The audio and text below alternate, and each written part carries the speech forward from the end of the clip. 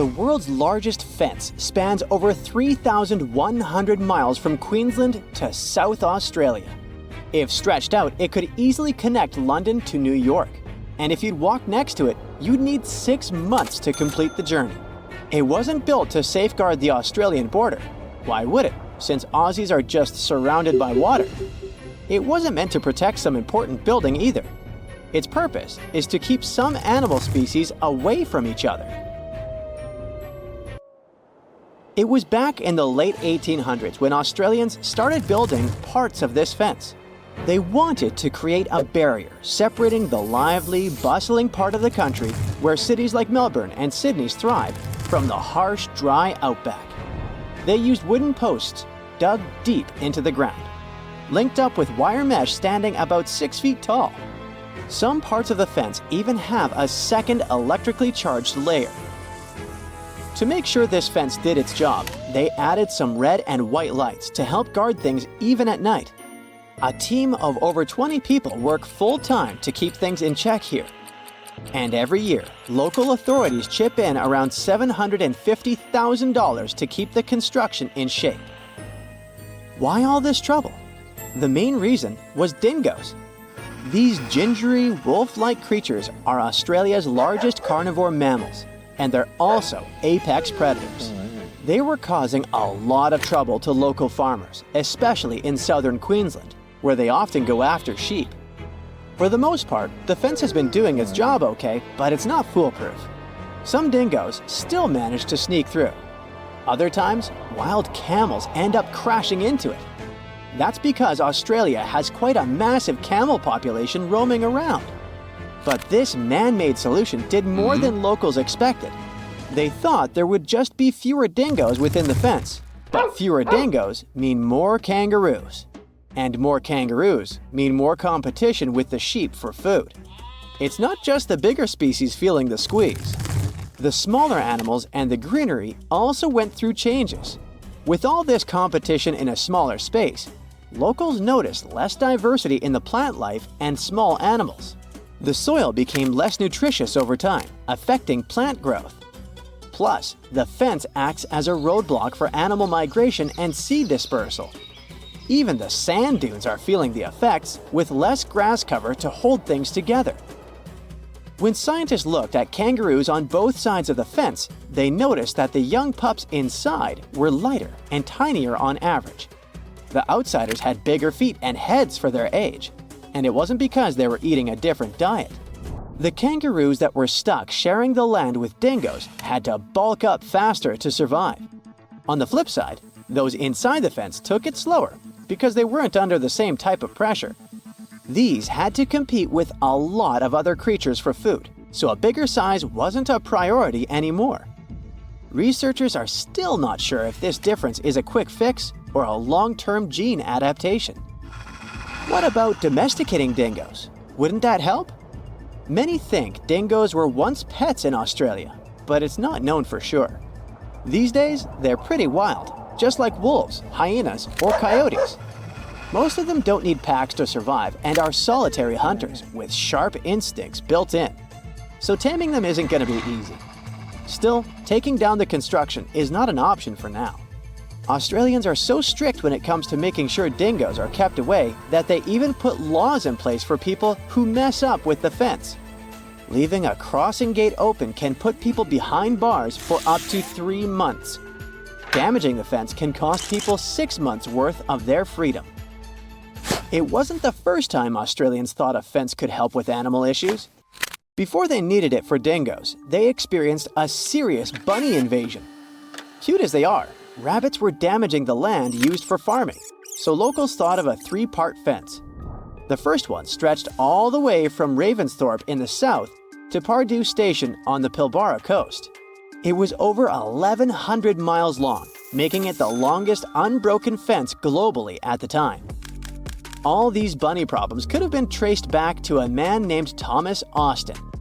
Back in 1859, when he first came to the land down under, he thought it would be a good idea to release a few rabbits into the wild, thinking it would add a bit of charm to the place. But since rabbits aren't native to Australia, they didn't have any natural predators at the time. They're also pretty adaptive creatures, needing just some grass for feeding. They reproduce at astonishing speeds too. A mama rabbit can have 4 litters a year, with as many as 5 bunnies each. Pretty soon, their numbers boomed. By the late 1880s, the bunnies had caused so much damage that local authorities came up with a proposal. They'd offer the equivalent of almost $2 million today to anyone who could come up with a solution to this long-eared problem. Nobody claimed the prize, but a commission did gather a bit over a decade later and came up with the fence idea. Maintaining those fences was complicated. They had inspectors keeping an eye, with each one responsible for a stretch about 500 miles long. There were also these boundary riders patrolling smaller sections, using bikes at first, then switching to camels or using camels to haul buggies.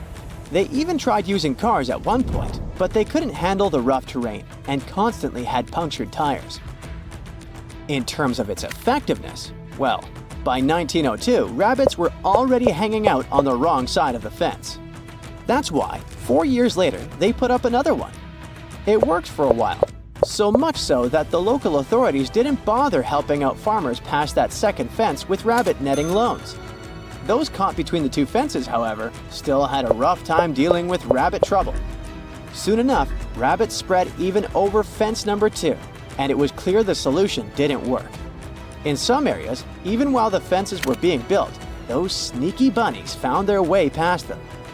To this day, the rabbit population still sometimes puts the Australian officials through rough times. The dingo fence may be the longest one, but it's not the weirdest. The aquarium fence in Turkey might take that prize. This 164-foot aquarium fence was built to make sure the expensive villa's ocean view would be visible from every one of its levels. These days, it gathers a lot of tourists from all over the world, eager to see the variety of fish it contains, and even the octopuses. Putting up a see-through structure wasn't hard.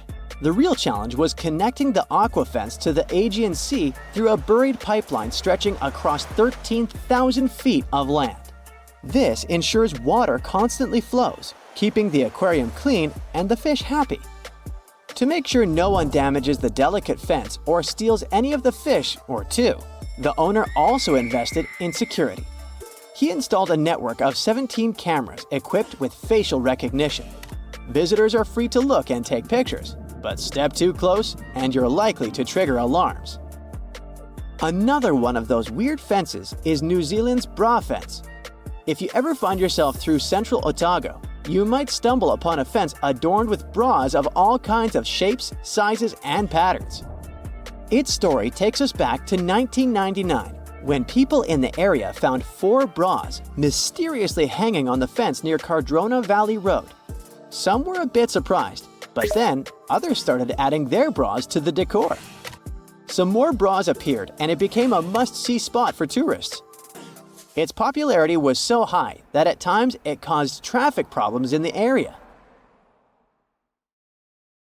You know how they say, when in Rome, do as the Romans do? Meaning, in Rome, you need to make sure your goldfish has a deluxe bowl to live in. In Nigeria, don't you dare to bring your own wheelbarrow. And perish the thought of adding as much mayo as you want to your dish when you're in France. Yep, bans around the world may be surprising, to say the least. Number 1. You will never see a good old doorknob in Vancouver, Canada. Some time ago, the city changed its building code to require the use of cool and sleek door levers instead. This change is all about making buildings more accessible and easier to use. Not only new buildings are getting a new makeover, even Vancouver's historic City Hall had its fancy Art Deco doorknobs replaced with shiny gold levers. But it's not that you can't legally have it in your house. There isn't a team of doorknob police coming to your house to confiscate your knobs. You can keep them as long as you like. Number 2 comes with a GeoGuessr tip for y'all. If you see this chair in the picture, it means it's 100% not in Basel, Switzerland. It's called a monoblock chair, and it's special. You see, most objects give away clues about when and where they're from, like the shape of electrical outlets or the labels on your shampoo bottle. But the monoblock is context-free. Some people call them one of the world's most perfectly designed objects, while others say the homogeneous nature of the chair is disturbing and the real evil of globalization. But why is it banned in Basel? Turns out the authorities just want the city to be pretty, and the chair design isn't to their liking. Right, if you want to keep one in your backyard, feel free. But they've been a big no in public spaces since 2008.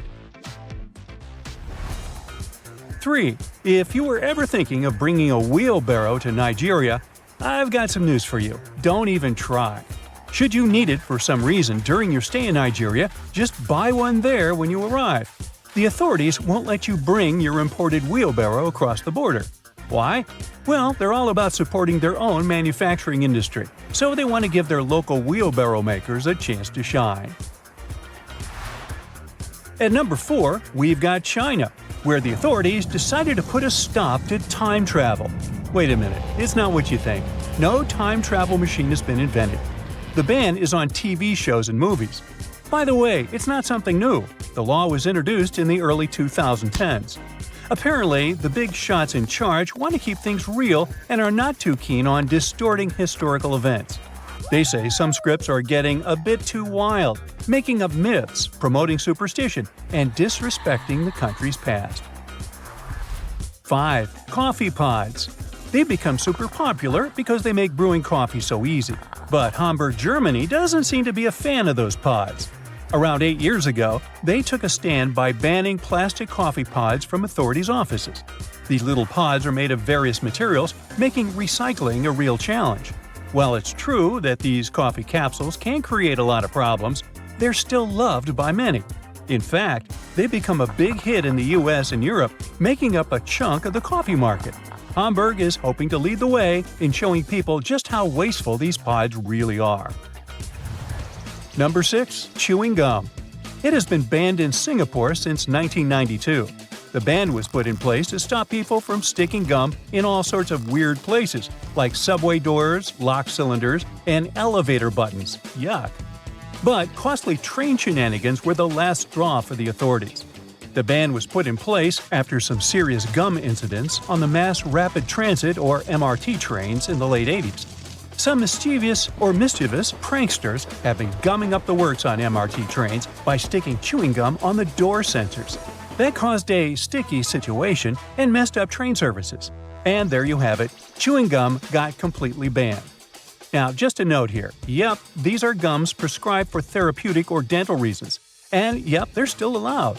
Also, don't get this whole ban wrong. It's not illegal to chew gum in Singapore. So if you come there as a tourist, you can bring in a little gum for personal use if you're traveling. Just do not stick it under this nice park bench, okay? What will create you a ton of troubles, though, is importing and selling chewing gum. Iceland is number 7 in our ban hit parade. Back in 1994, Reykjavik was like, no dogs allowed. It wasn't because they were all about cats, it was to stop this nasty tapeworm from spreading. The disease was serious business, causing all sorts of health problems. But don't worry, dogs are cool now as long as they follow the rules. Nowadays in Reykjavik, it's all about the cats. They're everywhere, roaming the streets like they, own the place. You can't walk 2 steps without seeing a furry little friend begging for attention. These Reykjavik kitties are so popular that they even have their own Facebook page. People love them, and some even carry around treats just in case they come across a friendly feline. And since there aren't many threats to cats in Iceland, they're thriving. 8. The Philippines. Now this one is really weird. Singing My Way in karaoke bars is sort of banned in this country. This seemingly harmless song has been linked to some pretty serious consequences, like fistfights and even people's early demise.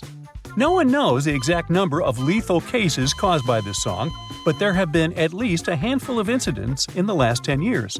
The song's lyrics, which can come off as a bit arrogant and prideful, seem to rile people up when sung in a not-so-great way.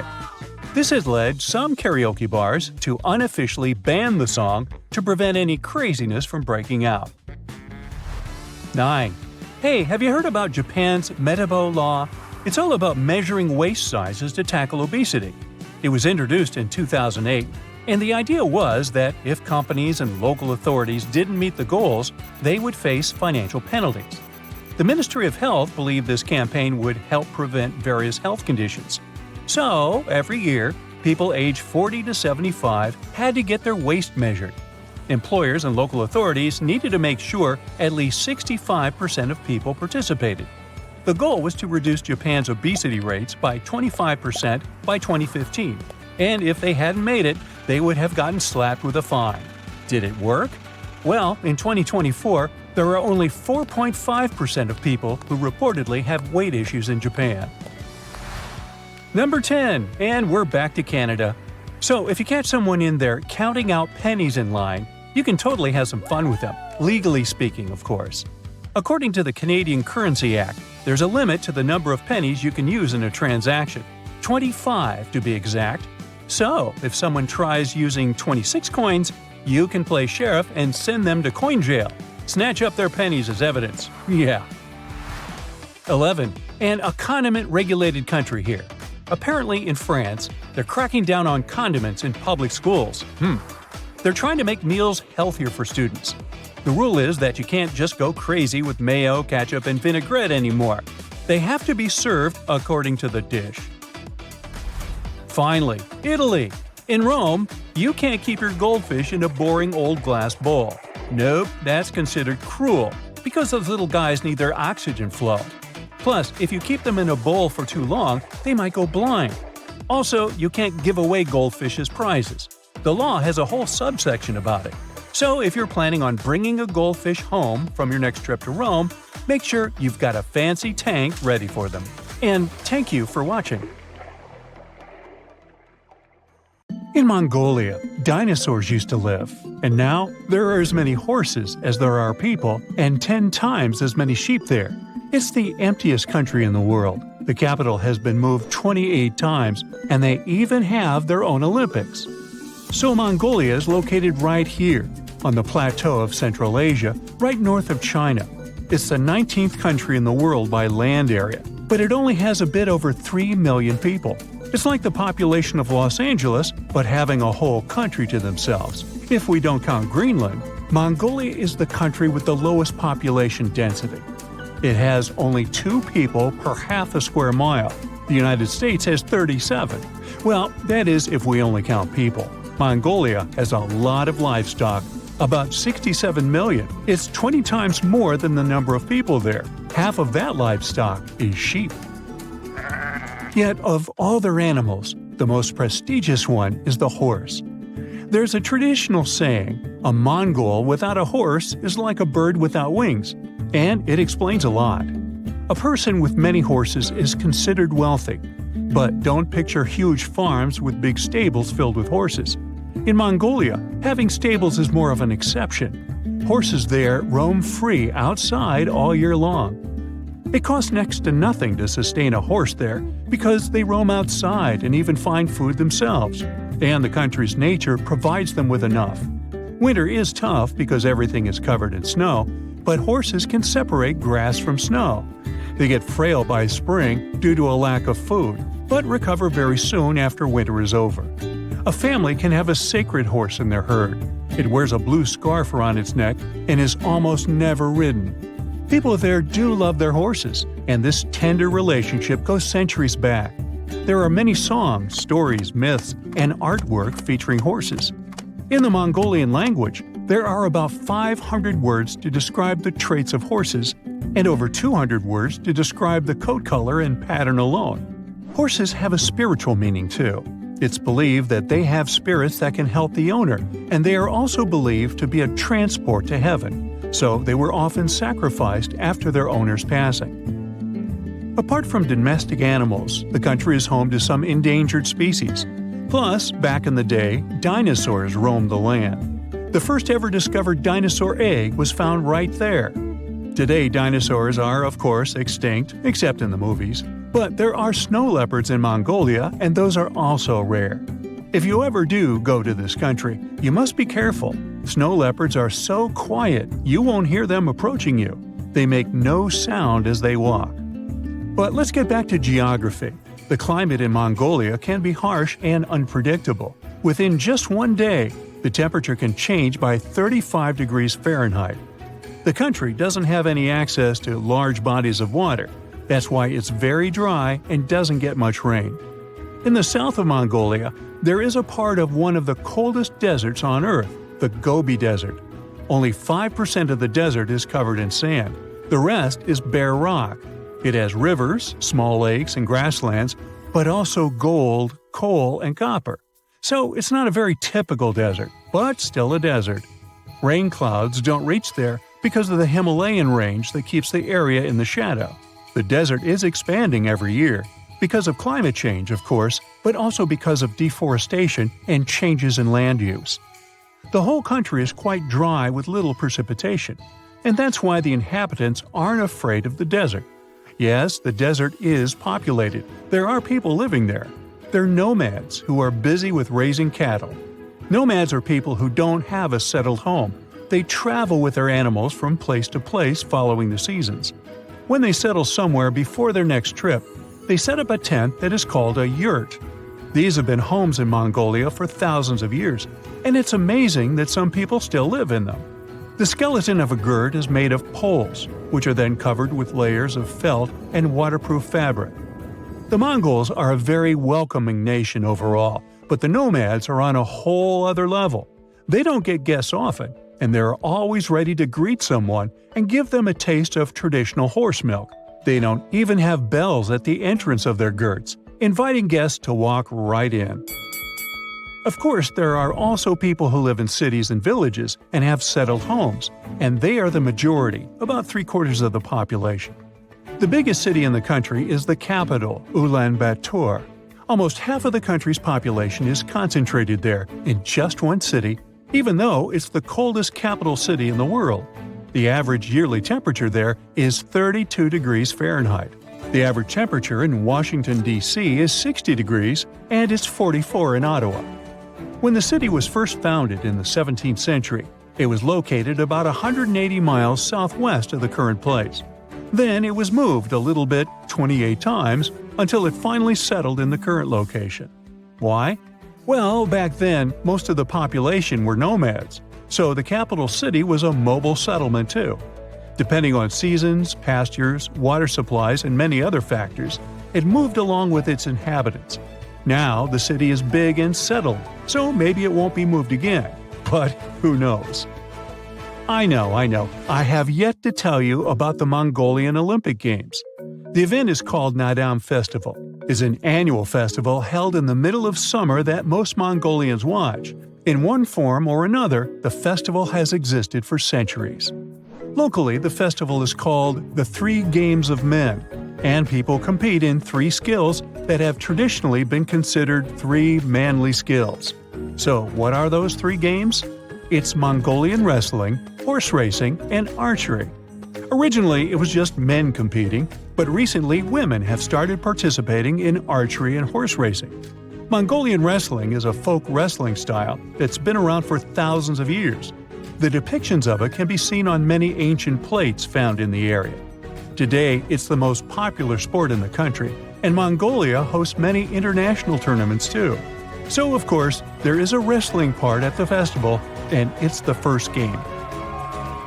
The rules are quite simple. Whoever touches the ground with anything other than a foot loses. There are no weight classes, no age or time limits, so it takes as long as it needs to win. And yet, they do it with grace. Match courtesy is important. For example, if an opponent's clothes get tangled, the other one is supposed to stop and help solve the issue, even if it means missing a good opportunity to win. At the end of the match, when one participant is defeated, the winner will give them a hand and help them back up on their feet. The game starts with either 512 or 1,024 participants who wrestle in pairs. Every loser is eliminated. The game goes on for 9 or 10 rounds, depending on the initial number of participants, until there is a winner. Then there's horse racing. This is a cross-country long-distance event, between 10 to 17 miles, depending on the age of the horse. Up to 1,000 horses from all over Mongolia can participate in the competition. Then, in archery, people compete in teams of 10. Each archer wears traditional clothes and has 4 arrows to shoot into a wall of woven or wooden cylinders. Knock one out of the wall and you get points, and the team that gets the most points wins. It all started with the home insurance building that was built in 1885 in Chicago.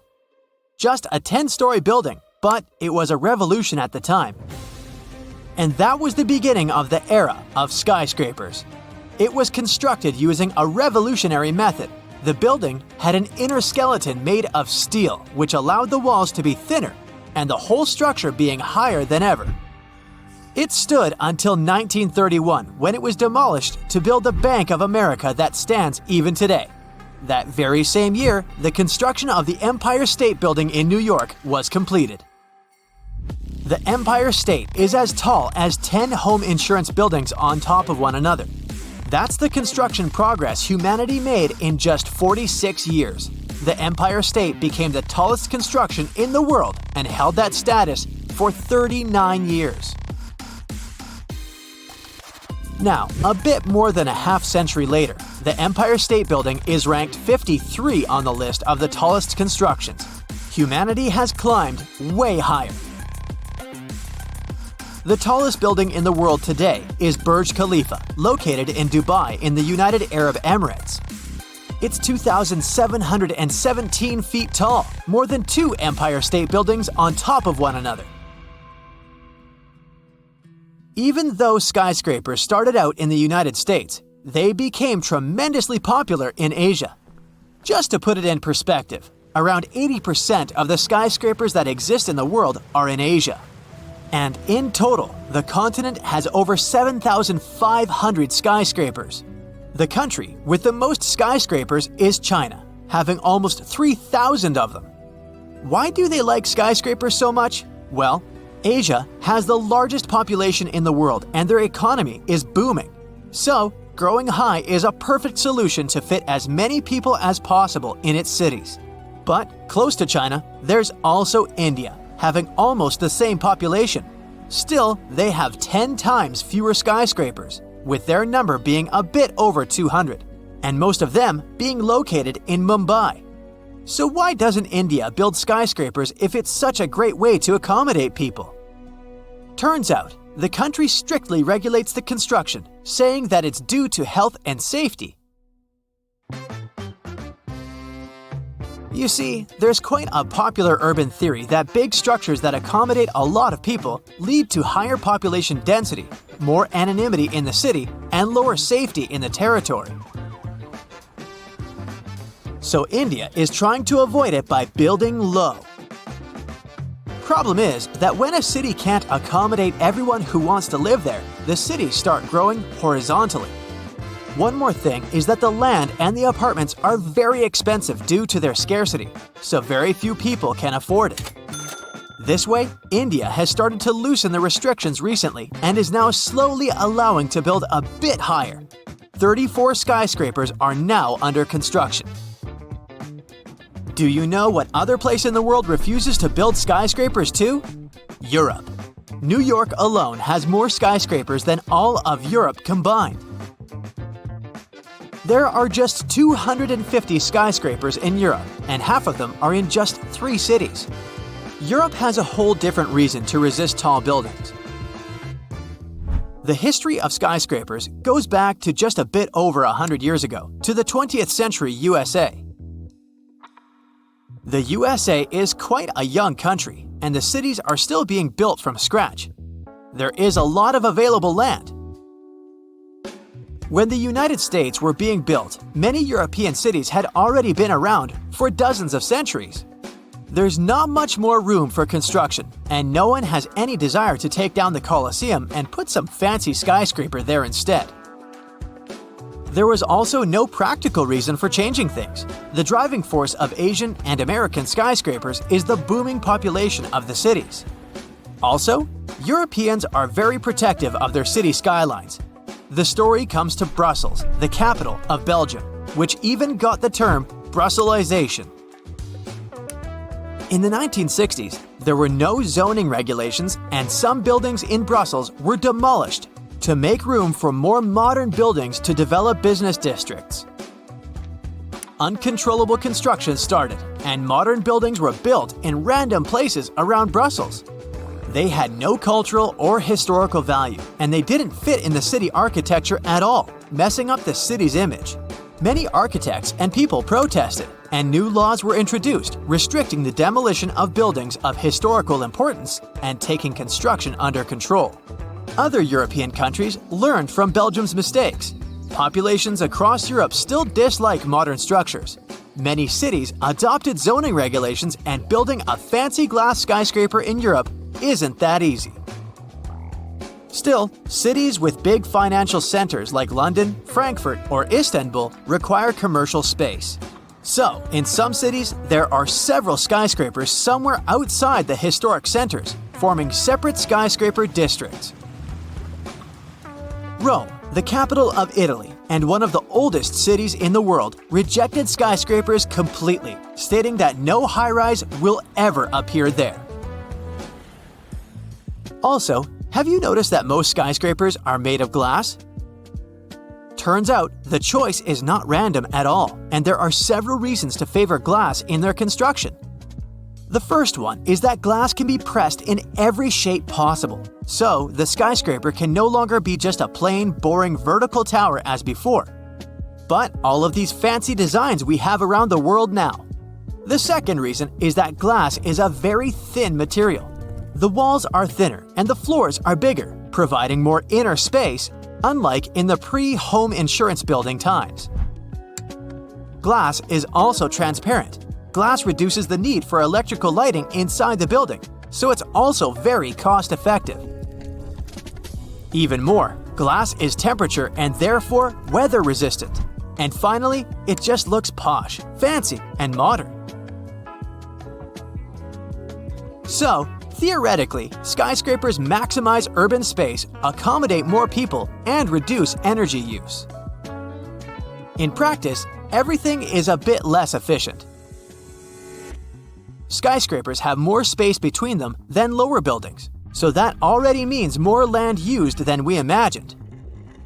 Also, around 40% of a skyscraper's floor space isn't accommodated because it's used for elevator shafts and emergency egress.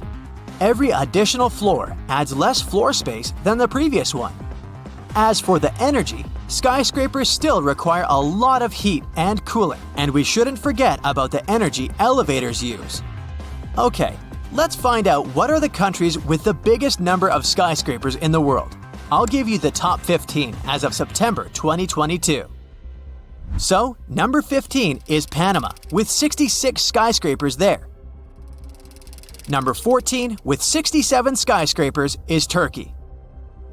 13th place goes to Singapore. They have 95 skyscrapers. Then there goes India, with 112 of them. Quite a few of those were built in recent years, so that's a big jump they made. Next up, 122 skyscrapers in the Philippines. Thailand opens the top 10 with 125 skyscrapers. Canada surpasses it a bit, having 126. 8th place goes to Indonesia, which has 129. Australia is home to 141 of them and gets 7th place. Level up, now we're talking 266, and it's Malaysia. Japan beats it by just 5 and opens the top 5. Number 4 is, no surprise, another Asian country. It's South Korea, with 276 skyscrapers. The United Arab Emirates make it to the top 3, with 314 buildings. Now, we all know the two countries with the biggest number of skyscrapers if you've been attentive today. Yes, the second place goes to the founding father of skyscrapers, the United States of America. They have 859 of them. That's a big jump from third place, but there's an even bigger one. With 2,976 skyscrapers, the first place goes to China. 9 countries in the top 15 are Asian. 3 countries are from the Americas, 1 in the Middle East, 1 in Europe, and 1 in Australia. I bet you've heard of the infamous Bermuda Triangle. However, there is a lesser-known sibling that could be even more unsettling than its counterpart. The Bridgewater Triangle, located in Massachusetts, is a small but intense hotspot of paranormal activity. Cryptozoologist Lauren Coleman coined the term back in 1983 to describe this 200-square-mile area that encompasses eerie points in Abington, Rehoboth, and Freetown. Within its borders lie numerous towns, including Bridgewater, from which it draws its name. For those brave enough to explore, there is even a guidebook available detailing the creepiest sites within the region. You can start your trip with King Philip's Cave in Norton. Legend has it that Wampanoag leader Metacomet, aka King Philip, used to hang out there during his epic rebellion against the British in the 1600s. And now, some brave souls swear they've seen ghostly lights and heard phantom drums in the cave. But if ghost hunting isn't your thing, how about checking out the Hockomock Swamp in the Bridgewater Triangle? People claim to have spotted everything from Bigfoot to giant birds and snakes around the lake. And there are also rumors of phantom fires and ghostly lights to keep you on your toes. It's like a paranormal party out there. And if you prefer real-life creepy tales, you've got to swing by the Solitude Stone in Bridgewater. Tucked away by the Nunkatesset River, this stone carries a haunting story dating back to the 1800s. A local minister carved a mysterious poem on it, and over the years, it's become a hotspot for ghost hunters and history buffs alike. Located in Australia, the Monte Cristo homestead may appear as a charming Aussie home from the outside, but looks can be deceiving. Behind its closed doors lies a sinister story that has led to its reputation as the most haunted house in Australia. It was originally owned by Christopher Crawley, who made his fortune with the Railway Hotel in Junee. Dark events occurred within the walls of the Monte Cristo homestead. The Crawley family resided in the late Victorian-style mansion perched atop a hill overlooking the town. Tragedy struck with the demise of Christopher in 1910 and his wife Elizabeth in 1933. Upon the family's departure in 1948, the house fell into disrepair and was left abandoned. The Ryan family later purchased the homestead and worked to restore it, only to discover they were not alone. Strange occurrences such as unusual animal behavior and encounters with mysterious lights and ghostly figures prompted the Ryans to believe the house was haunted. Legend has it that at least 10 spirits roam the halls of Monte Cristo homestead. You can choose from a variety of ghosts at the haunted house: a young kid who was dropped by a nurse down the stairs, a maid who plummeted from a balcony, or a stable boy who tragically passed away in a fire. The most active spirit is the caretaker's son, who was discovered chained next to his deceased mother and remained chained for 4 decades. As of now, the house functions as a bed and breakfast, providing dinner and a ghost tour detailing its dark history. Braver guests have the option to stay overnight in the eerie residence. Located in the quaint town of St. Francisville near New Orleans, Myrtle's Plantation is a historic mansion with a 125-foot veranda and a grand foyer adorned with a magnificent French crystal chandelier. The mansion has a dark past, with 10 people having lost their lives within its walls. As a result, there have been numerous reports of ghost sightings, including the infamous Chloe, a spectral figure wearing a distinctive green turban that haunts visitors in their rooms. Other reported ghosts include a young girl peering through a window, a kid bouncing on beds, a soldier, a voodoo priestess, and the ghost of a previous owner. Despite its reputation as the most haunted house in America, Myrtle's Plantation, just like Monte Cristo Homestead, now operates as a charming bed and breakfast with 21 accommodations. Visitors can take ghost tours during the day or opt for more popular and spine-chilling evening tours. In addition, a restaurant on the property offers fresh, locally sourced cuisine to guests. Originally built in 1824, the Italian-style horseshoe-shaped opera house in San Juan, Puerto Rico has been a prominent fixture in the city's cultural landscape for over a century. Despite rumors of paranormal occurrences, Teatro Tapia is a must-see, due to its distinctive architectural beauty. According to local legend, the theater is haunted by two ghostly figures. One is a woman in a red dress who appears in box 105 before disappearing, while the other is an actress who tragically fell on stage in the 1800s and is said to perform for invisible audiences before vanishing. They say her ghost wanders through the theater, occasionally singing on stage and causing doors to slam shut backstage. Although these ghostly tales cannot be confirmed, the theater's 200-year history leaves room for speculation. The Castle of Good Hope is the oldest building in South Africa, built between 1666 and 1679 by soldiers, sailors, and whatnot. The main purpose was to protect people living there. But apparently, it turns out to be a place that scares each and every person who visits it. You may say it's all just vivid imagination and there's nothing paranormal about this place, but here's the deal. Many people claim they heard voices and steps in the dungeon. Plus, the bell in the bell tower is said to ring sometimes. But it's not really possible for the bell to ring as the tower was bricked some centuries ago. There's a legend, though, that explains the eerie ringing. They say a soldier settled scores with life there, and it must be his ghost ringing. But wait, it gets even spookier. There's a ghostly black dog that likes to scare people, a tall glowing man who jumps off walls, and even a lady from the 18th century who still plays host to important guests. Today, the castle is a military museum and a spot for traditional ceremonies. The place is full of untold secrets waiting to be uncovered. Known as the Giant of Loire Valley, this French castle is seriously impressive. It has 7 floors, 204 rooms, loads of portrait galleries, and even its own opera house that fits 200 people. Originally built as a fortress back in the 11th century, it even got royal visits. But here's where things get really interesting. Apparently, the place is haunted by the Green Lady, aka La Dame Verte. She's said to be the love child of King Charles VII, and her story ended tragically in the 15th century when her husband did her in for cheating.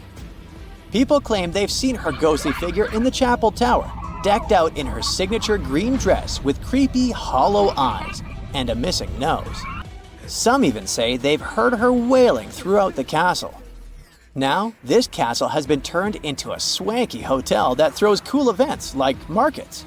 But if you're brave enough to spend a night there, the rooms there are lush.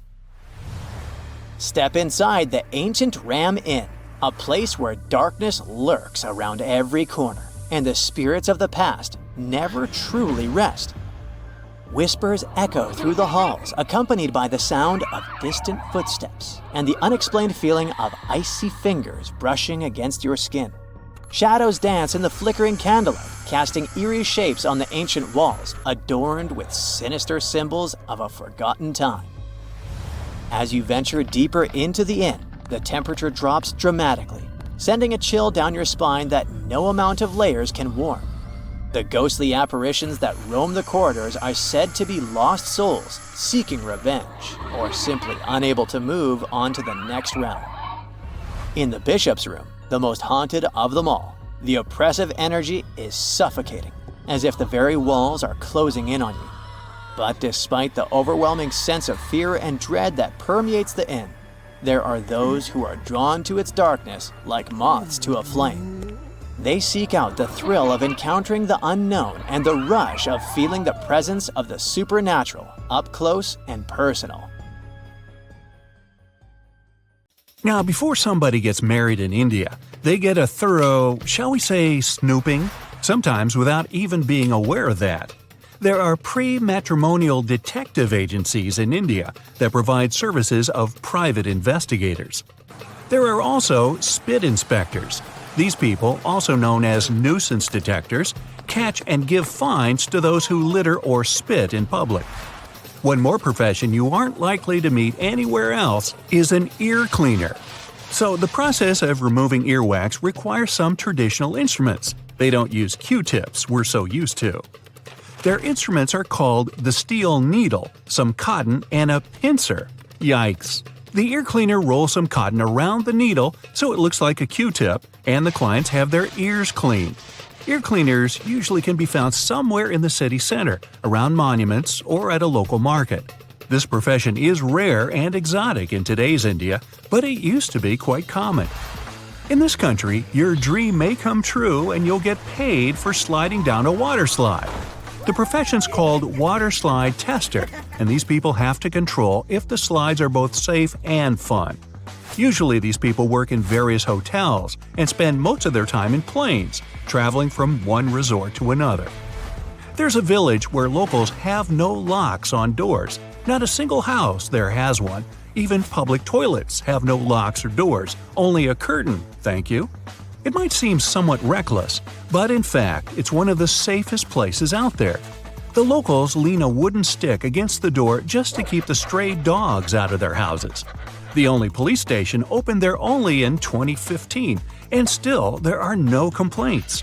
Even the local bank has no lock. It's officially the only bank in the world that's never locked. When the locals are out of town, they don't ask the neighbors to look after their houses, and they're not afraid to leave valuables, money, and jewelry without hiding them. Vegetarian dishes are quite popular in India. Between 15 and 30% of the whole country's population are vegetarian. Some people tend to eat fish only and never eat any land animals. Many large food chains, famous for yummy meat dishes, even provide a whole new vegetarian menu for India. Cutlery isn't really required for many traditional Indian dishes. They say that mouth-watering curry tastes even better if eaten with the fingers. Now, I would assume that you'd want to eat the fingers separately, but hey, just thinking out loud here.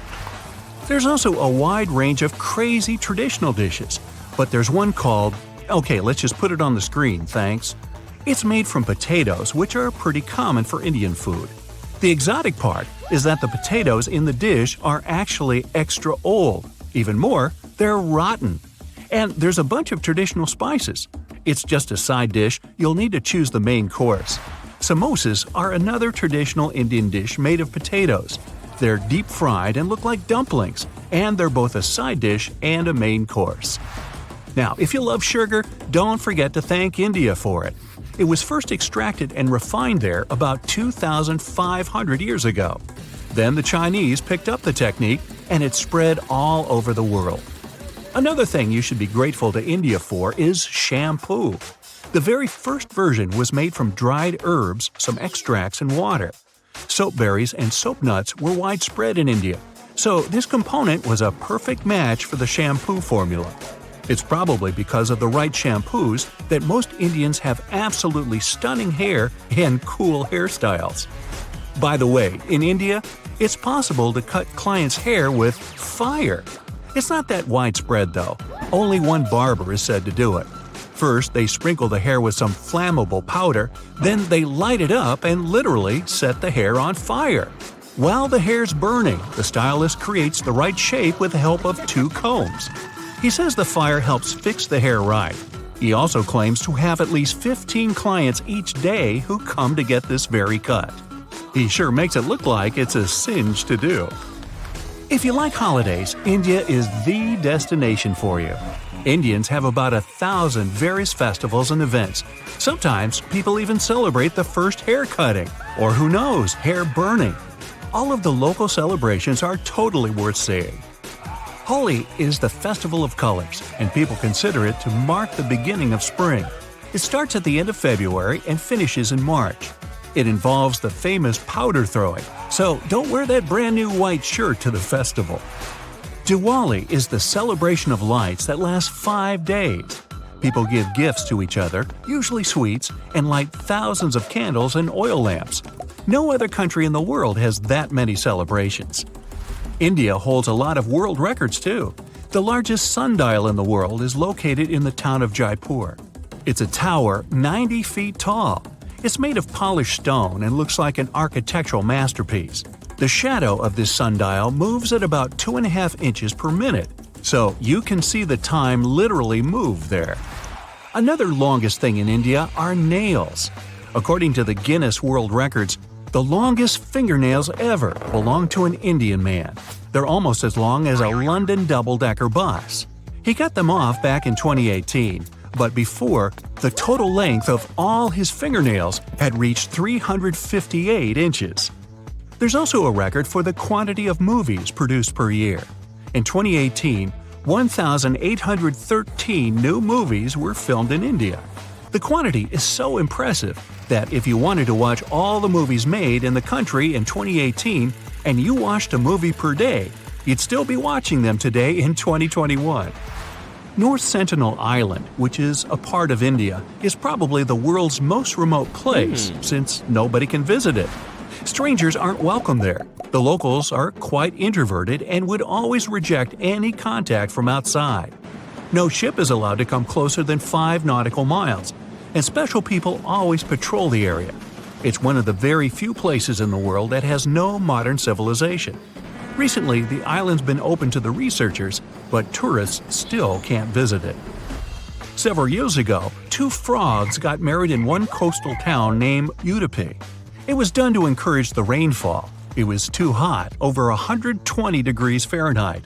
Both animals had unique outfits for this occasion, and the bride even had a toe ring. The 2 frogs were sent off on a honeymoon to Manipala and were released there. Sadly, each of these guys had to go their own way a couple of months later because the locals had to stop the downpour that started soon after their wedding somehow. There are not 4 but 6 seasons overall here. According to the North, West, and Central Indian calendars, Indian spring is in March and April. Next comes summer, also known as hot season. It starts in May and finishes in June. It's also one of the marriage seasons. Next comes monsoon, also known as rainy season. It starts after the summer solstice, usually in July, and lasts throughout August. Next comes fall, which spreads from late September to mid-November. After fall, they have a pre-winter or simply cool season. The real winter or cold season starts in January and goes on until February. In fact, there are many more other calendars in India, but all of them have 6 seasons with slight differences. The Statue of Unity is actually twice as tall as the Statue of Liberty, reaching 600 feet. It was open to the public only about 2 years ago, back in 2018. The statue consists of 5 parts, but only 3 of them are accessible to visitors. The first part starts at the statue base and finishes at the shins. This zone has 3 levels and includes the exhibition area, a garden, and a museum. The second part reaches up the statue's thighs. The third one has a viewing spot at a height of 500 feet. The fourth part is the maintenance area, and visitors can't get there. Finally, the 5th one comprises the shoulders and head. In the first 11 days after its opening, almost 130,000 tourists came to see this colossal statue. That's more than the population of the capital of Kansas, Topeka. Apparently, a whole lot of people showed up Topeka at this statue. Yeah, pun intended.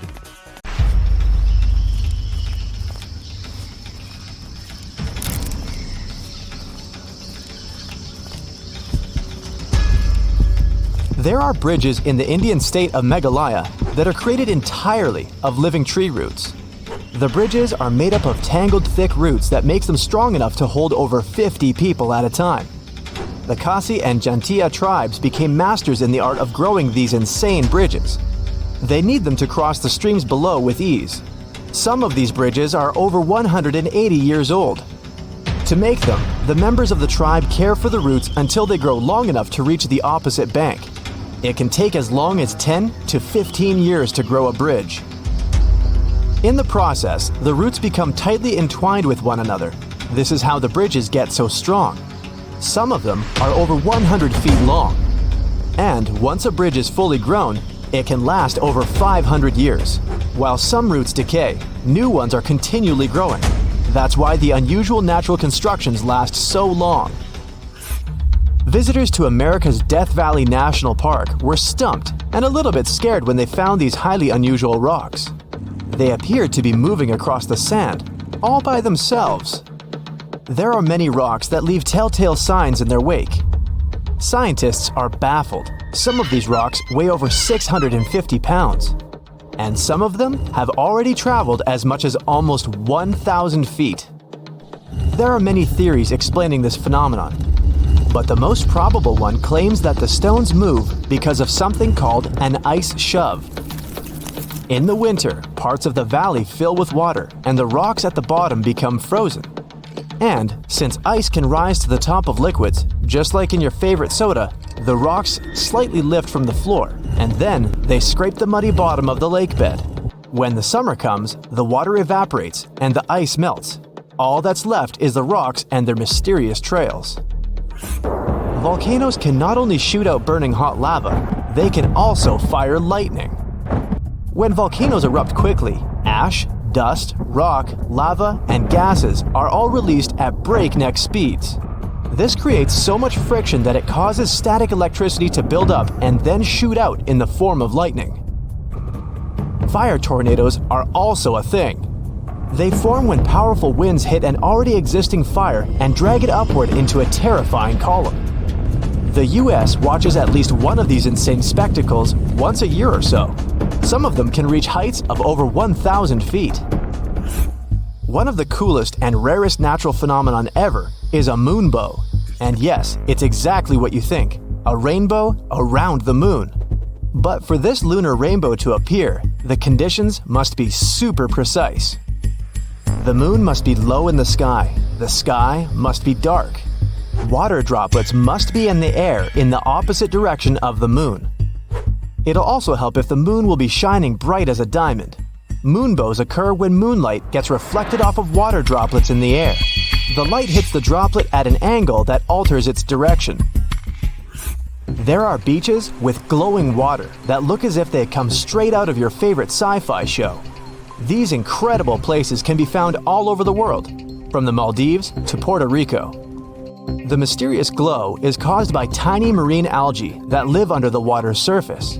They give off a bright light whenever waves and currents move them. And beaches start glowing blue, green, or red every time the tiny algae get agitated. Take a flight over the emerald woodlands of Western Australia, and you'll be surprised to find a series of bubblegum pink lakes. If you manage to venture down to the lakes, you're in for a treat. Their waters are completely safe to swim in. Not only will it make for the perfect Insta-pic, but this water also has incredibly high salinity. This basically means you'll be able to float on its surface. The lakes are surrounded by the deep blue Southern Ocean. Some lakes have their trademark color because they're filled with algae that have high levels of a red-orange pigment.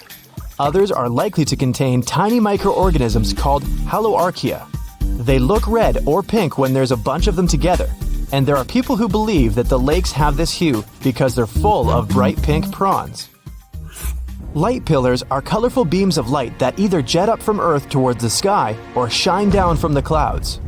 Usually, they only occur in cold temperatures as they form when the sunlight gets reflected off of ice crystals floating in the air. The higher the crystals are in the air, the taller these bright and colorful pillars become. They're most common at sunrise and sunset. There are hidden caves all over the world that are filled with glowing light. This light comes from hundreds of glowworms that have made a cozy home in the caves. Some of the caves are more than 30 million years old, and most of them can be found in New Zealand and Australia. The worms themselves don't actually glow, but baby worms called larvae form silk strings made out of mucus. These strings form nets. It's these nets that can illuminate the entire cave. Their purpose is to attract flies and other tasty insects for the glowworms to munch on. Rainbow trees are 100% a real thing. Hailing from the Philippines and Indonesia, these colorful wonders are called rainbow eucalyptus or rainbow gum. The rainbow hues are created by the contrast in colors of old and new bark. As the thin surface layers of bark peel away, they reveal newer ones with brighter, more eye-catching colors. The brand new bark is green, then it changes to purple, then red, and finally brown. This is because the trees contain a substance called chlorophyll. It makes the bark green. As each strip of bark ages, it loses chlorophyll and slowly changes its color. In a desert, you can find beautiful and unique roses made entirely of crystals. They form when sand particles get trapped and compacted during the rain. The quick switch between wet and dry conditions forms the crystals. The crystals, in turn, form a circular series of flat plates. This makes them look like intricate rose petals. And the whole process of their production is 100% natural. Next time you're taking a dip in the ocean, watch out for water spouts. These are basically water tornadoes. In the US, this crazy weather phenomenon is most common in the Florida Keys and the Gulf of Mexico. They often form during storms but can develop on completely calm waters too. Water spouts appear when two wind gusts blowing from different directions hit each other. The collisions make the air move upward, and it drags the water along with it too. Take a look at this. Looks like a forest, right? After all, there are many individual trees here. Well, it's actually just one giant tree. This is the Pando Aspen Grove in Utah.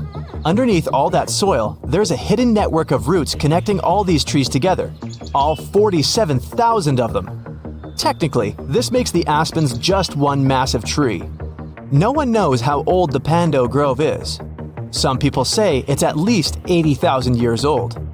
Others argue that it's closer to the age of 1 million years. Hidden in upstate New York, there's a mysterious fire that never goes out.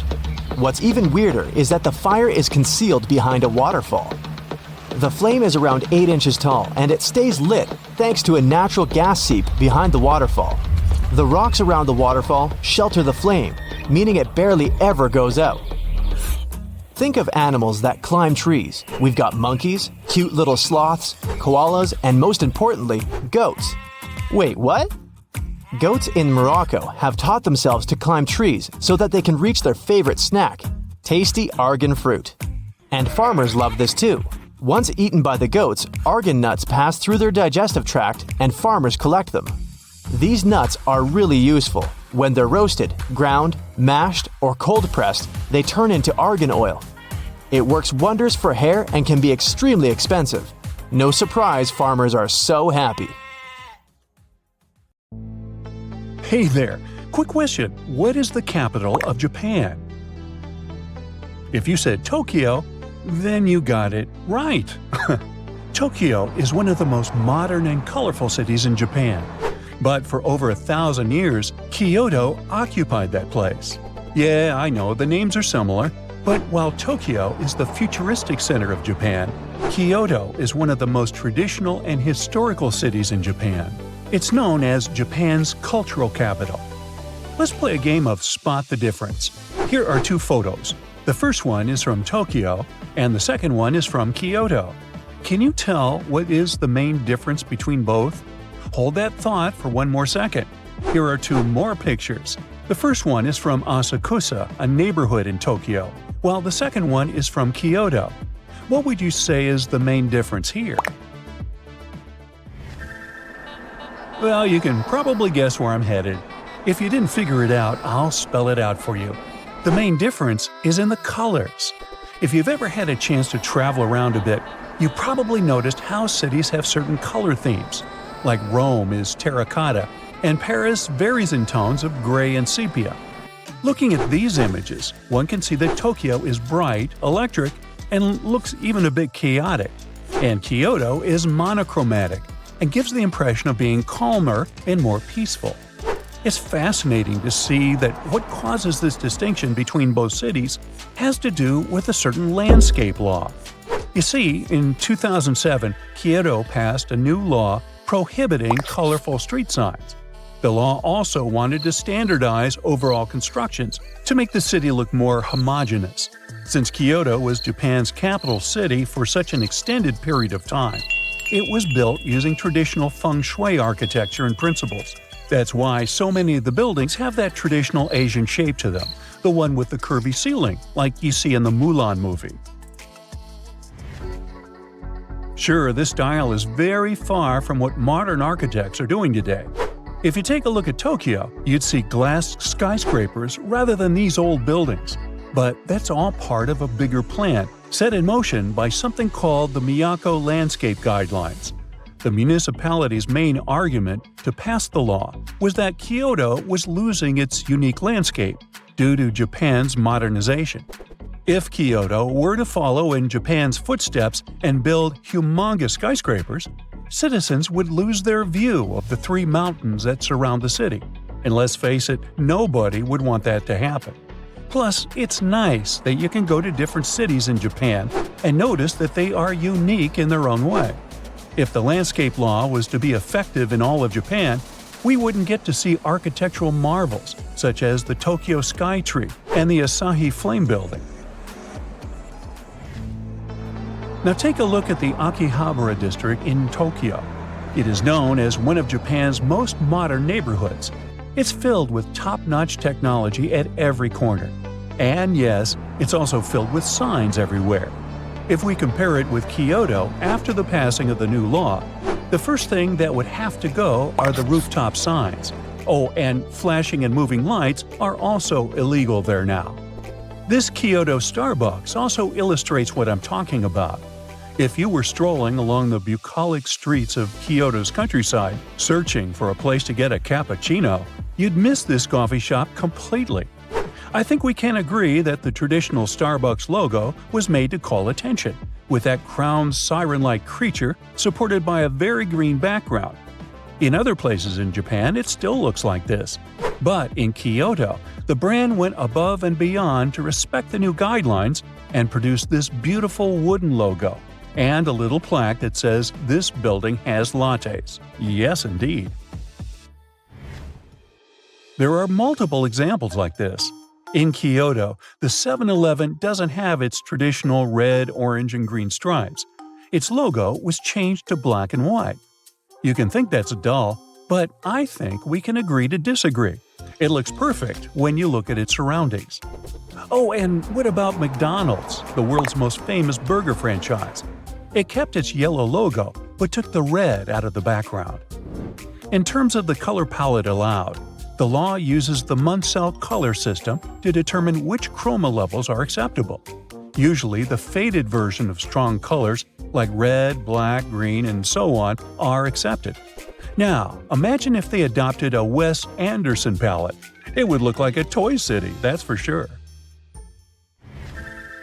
At first, vendors and shopkeepers felt disturbed by the new law. They didn't understand why they had to change their branding for the sake of some aesthetic the city was trying to preserve. But with time, they not only came to terms with the new law, but could already see the benefits of it for their brand success. You see, this helped turn Kyoto into an even bigger tourist attraction. Tourists felt like they were traveling in time, sort of. Some tourists even like to dress up in traditional kimonos and walk around like geishas. The municipality also began an award system to compensate the shops and brands that had done their homework well. Of course, the camouflage Starbucks won an award back in 2018, as did Sagawa, a major delivery company in Japan, back in 2012. It's not only shops that needed to adjust to the new guidelines. Things such as vending machines and post offices also needed to be toned down. Again, the idea is to make the city more visually coherent, and they sure help. Now, what happens if you don't follow the rules? Well, the people who chose to ignore the landscape law can spend up to 1 year in jail or pay a huge fine. We can also compare the differences inside Kyoto itself. Around the city center, the landscape law is less strict, so you'll find taller buildings and even bigger and more colorful signs. But as you leave the center and move towards smaller cities in the countryside, the law is much more strict. It's especially strict around the UNESCO heritage sites. In case you're not aware, there are 17 heritage sites in Kyoto. Yep, that's a lot. But that's what makes Kyoto so unique. Now, welcome to the neighborhood of Pontulcho. This neighborhood is a good example of how the landscape law changed the city's mood over the years. Pontulcho is a cute alleyway in Kyoto that spans over several blocks. If you look at this Google Street image from 2009 and this one from 2023, you'll see clear differences. For starters, the huge sign at the entrance of the alleyway is gone, and so are the wires hanging from the tops of the shops. The pavement was redone and the big store signs disappeared. It's much cleaner. At night, the alleyway turned into the perfect spot for atmospheric dining. since its legislation decided to rule over the type of lighting allowed in the neighborhood. This is what it looks like at nighttime. Hey, you fancy grabbing some sushi? I can't help thinking that this landscape law contributed a lot to Japan's minimalist architecture. Although images like these ones in Tokyo are far from the idea we have of this minimalist aesthetic, Kyoto falls right into place with it. How about we take a quick look inside one of these establishments? The Starbucks we mentioned earlier also invested in turning its interior design local. It's the first ever Starbucks where you can drink tea on a tatami floor. You can sit cross-legged, like many Japanese people do, and enjoy a delicious hot beverage. I must say I quite like the new Kyoto. How about you? In some ways, the United States is a whole different world, totally different from every other place. So let's take a look at what's normal there that baffles people from the outside. One of the first things a foreigner notices when entering the country is flags. American flags everywhere. On buildings like schools and houses, and on clothes like shorts, t-shirts, you name it. Throughout history, Americans have changed 27 flags. The current American flag was only adopted in 1960 and is so far the longest-lasting flag of the country. It wasn't created by the authorities, though.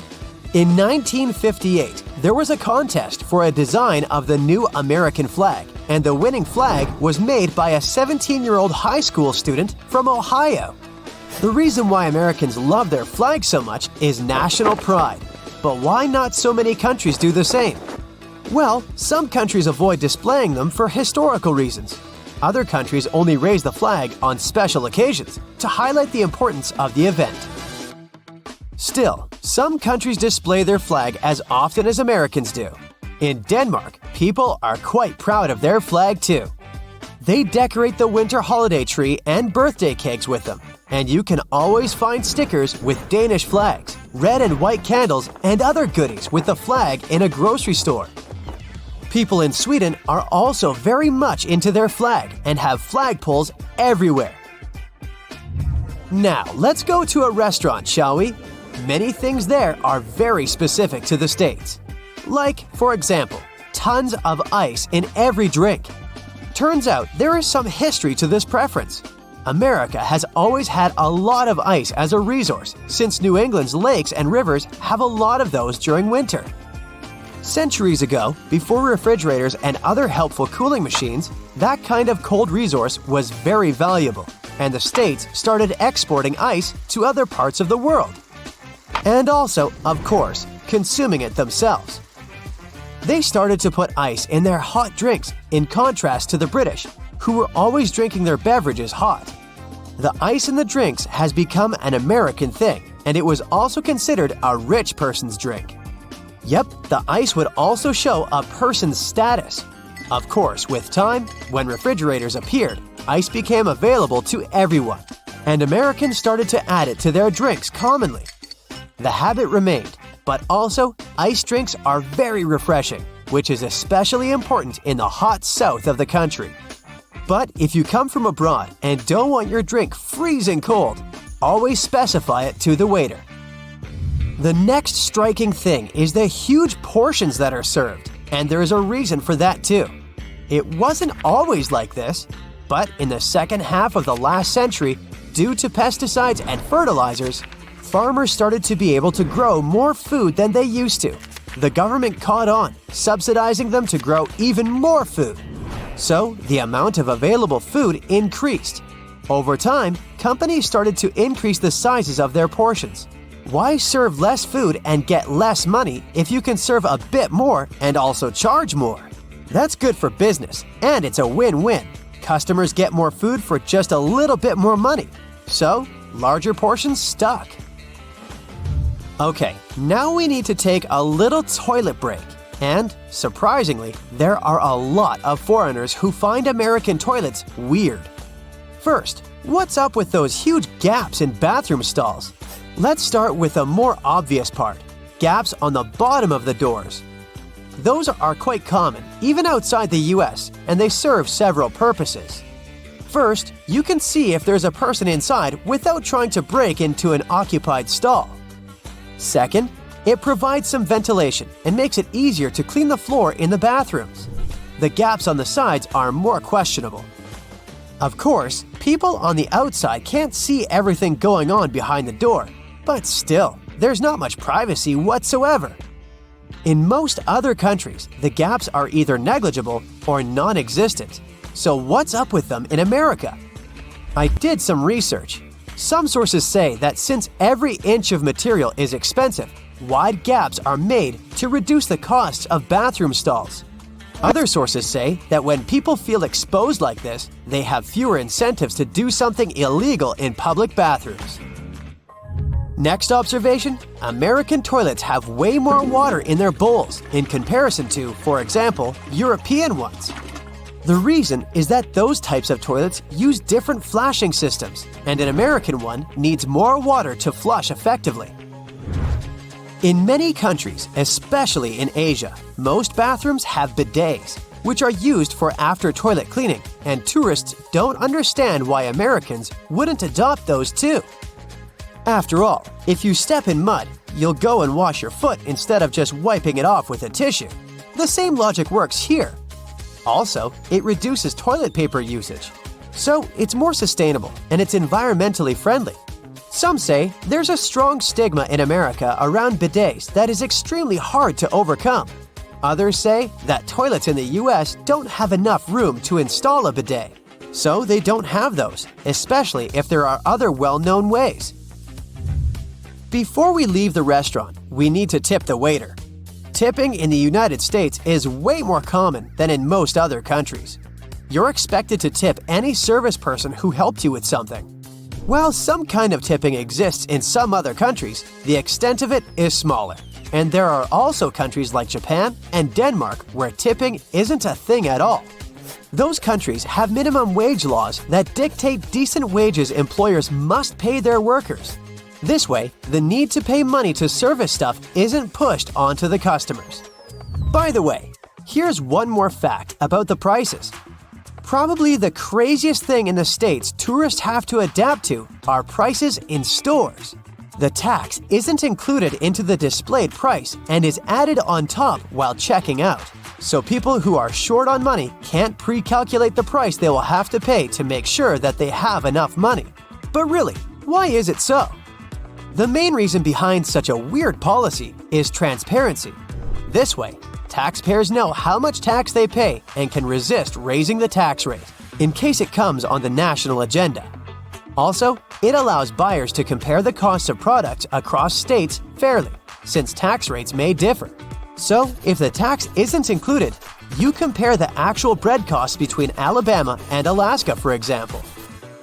In some places in America, it's not very easy to get around unless you travel by car. In some regions, there's often no sidewalk taking you to the closest convenience store, or a crosswalk, allowing you to cross the road right in front of the store. The main reason for that is probably the fact that the United States is a big country with vast lands and everything is spread out.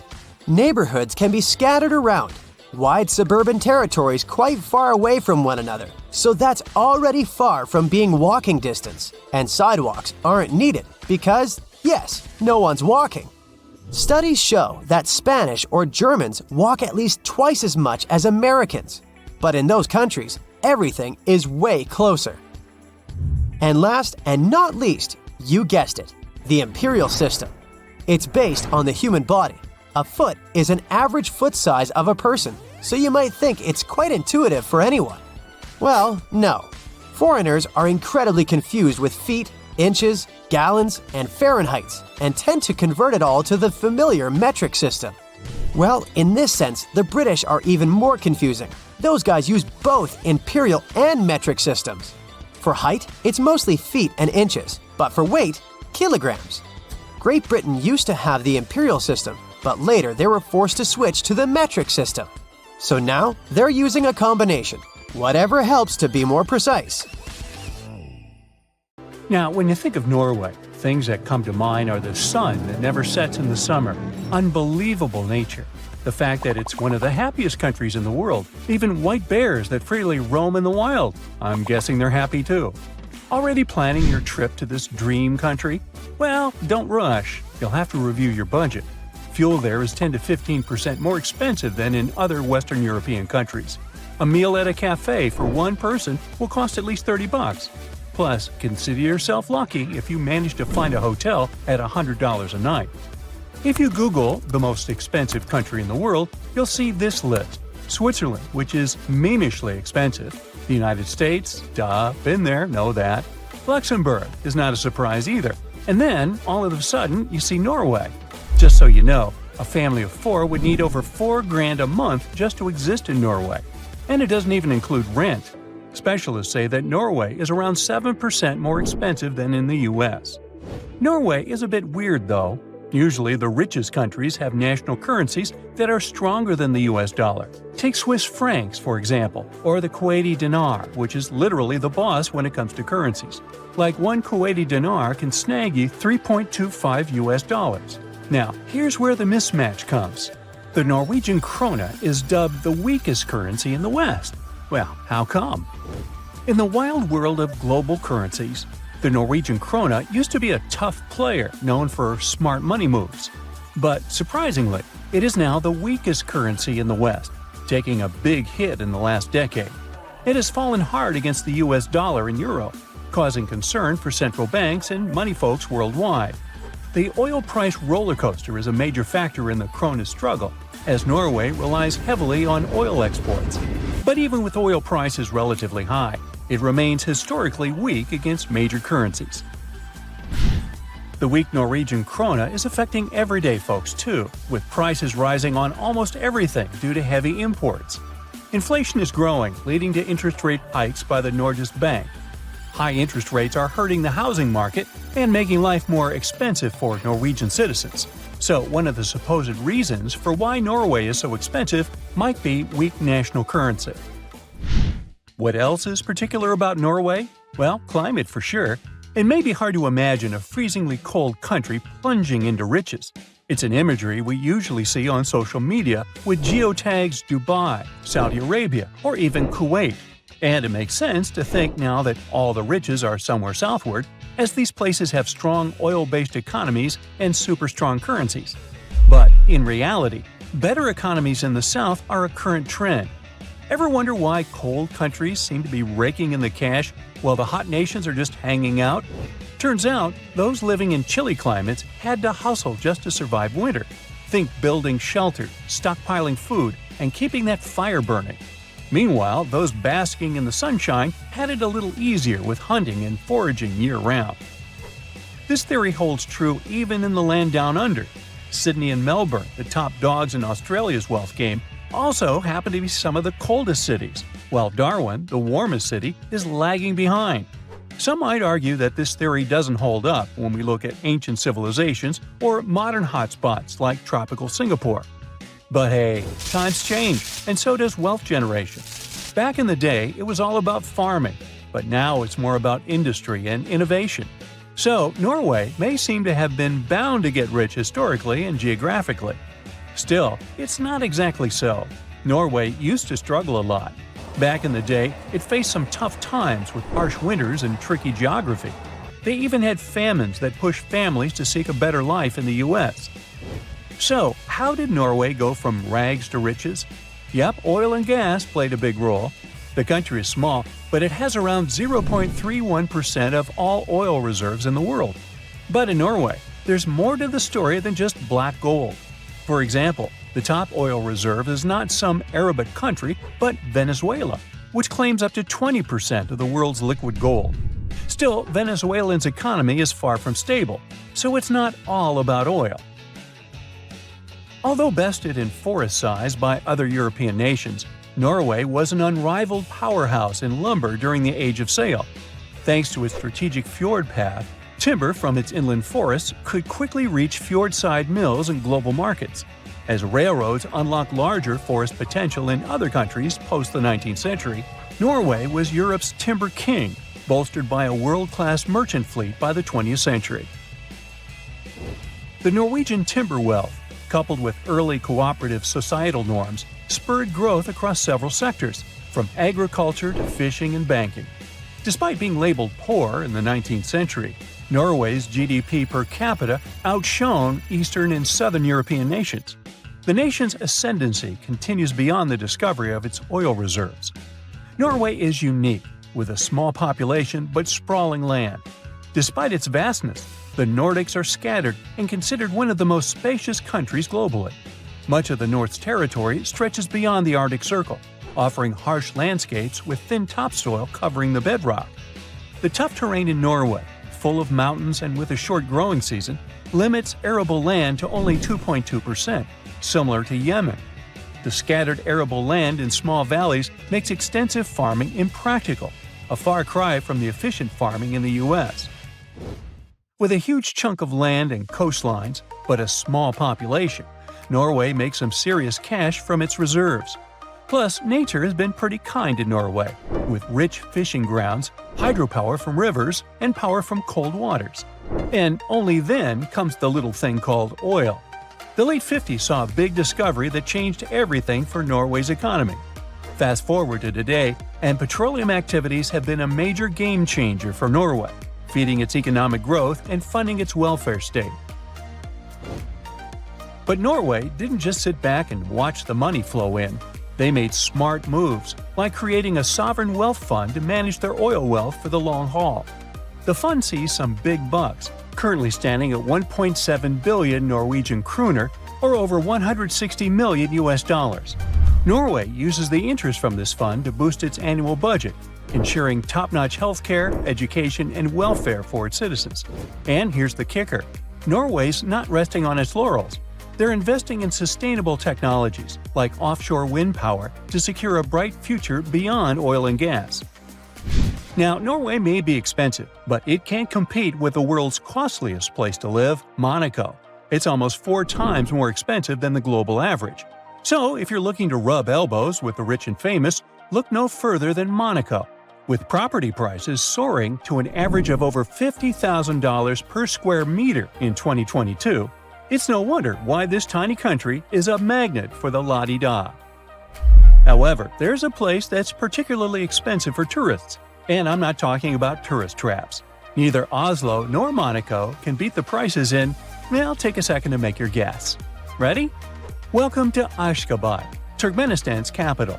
A gallon of milk costs a whopping $15 US, while a standard internet subscription plan will set you back $168 US a month. Calm down, you're not poor, it's just an economic glitch. The reason for these prices is simple. The Turkmen national currency exchange rate in relation to dollars is fixed and never changes. $1 equals 3.5 manats, and it's been so since 2015. Local prices in the local currency grew to inflation, making it not proportionate to prices in dollars. The exchange rate never changes. So if you live there, such prices don't seem to be extraordinary. But if you come with dollars, you're in for a pricey trip. Spotted in Japan. These private egg-like sleeping pods allow you to travel by overnight bus and stay in your own shell at the same time. Perfect choice for introverts, huh? Tokyo-based bus company Willer Express introduced this feature in 2020. Each bus has 18 spacious reclining seats with rests for feet and neck, foldable tables, and holders for cups, bags, and smartphones. And a blanket, of course. But what's even more important, each pod is equipped with electrical outlets to charge all your devices. There are 3 seats in a row. Can't wait to test these private pods on your own? You can book them on Willer's line of Reborn buses. The ticket price varies from around $100. And since we're visiting Japan, don't be surprised to find this device in one of the fast food restaurants. It's implemented in a sink to provide disinfecting for the customer's smartphones while they're washing their hands. This system, named Wash, W-O-S-H, was developed by the Japanese company Wota. All you need to do is put your gadget inside this little opening. It will disappear for a while, just like cash in an ATM. But unlike the money, your phone will actually come back to you safe and clean in just 30 seconds. Don't forget to take it out.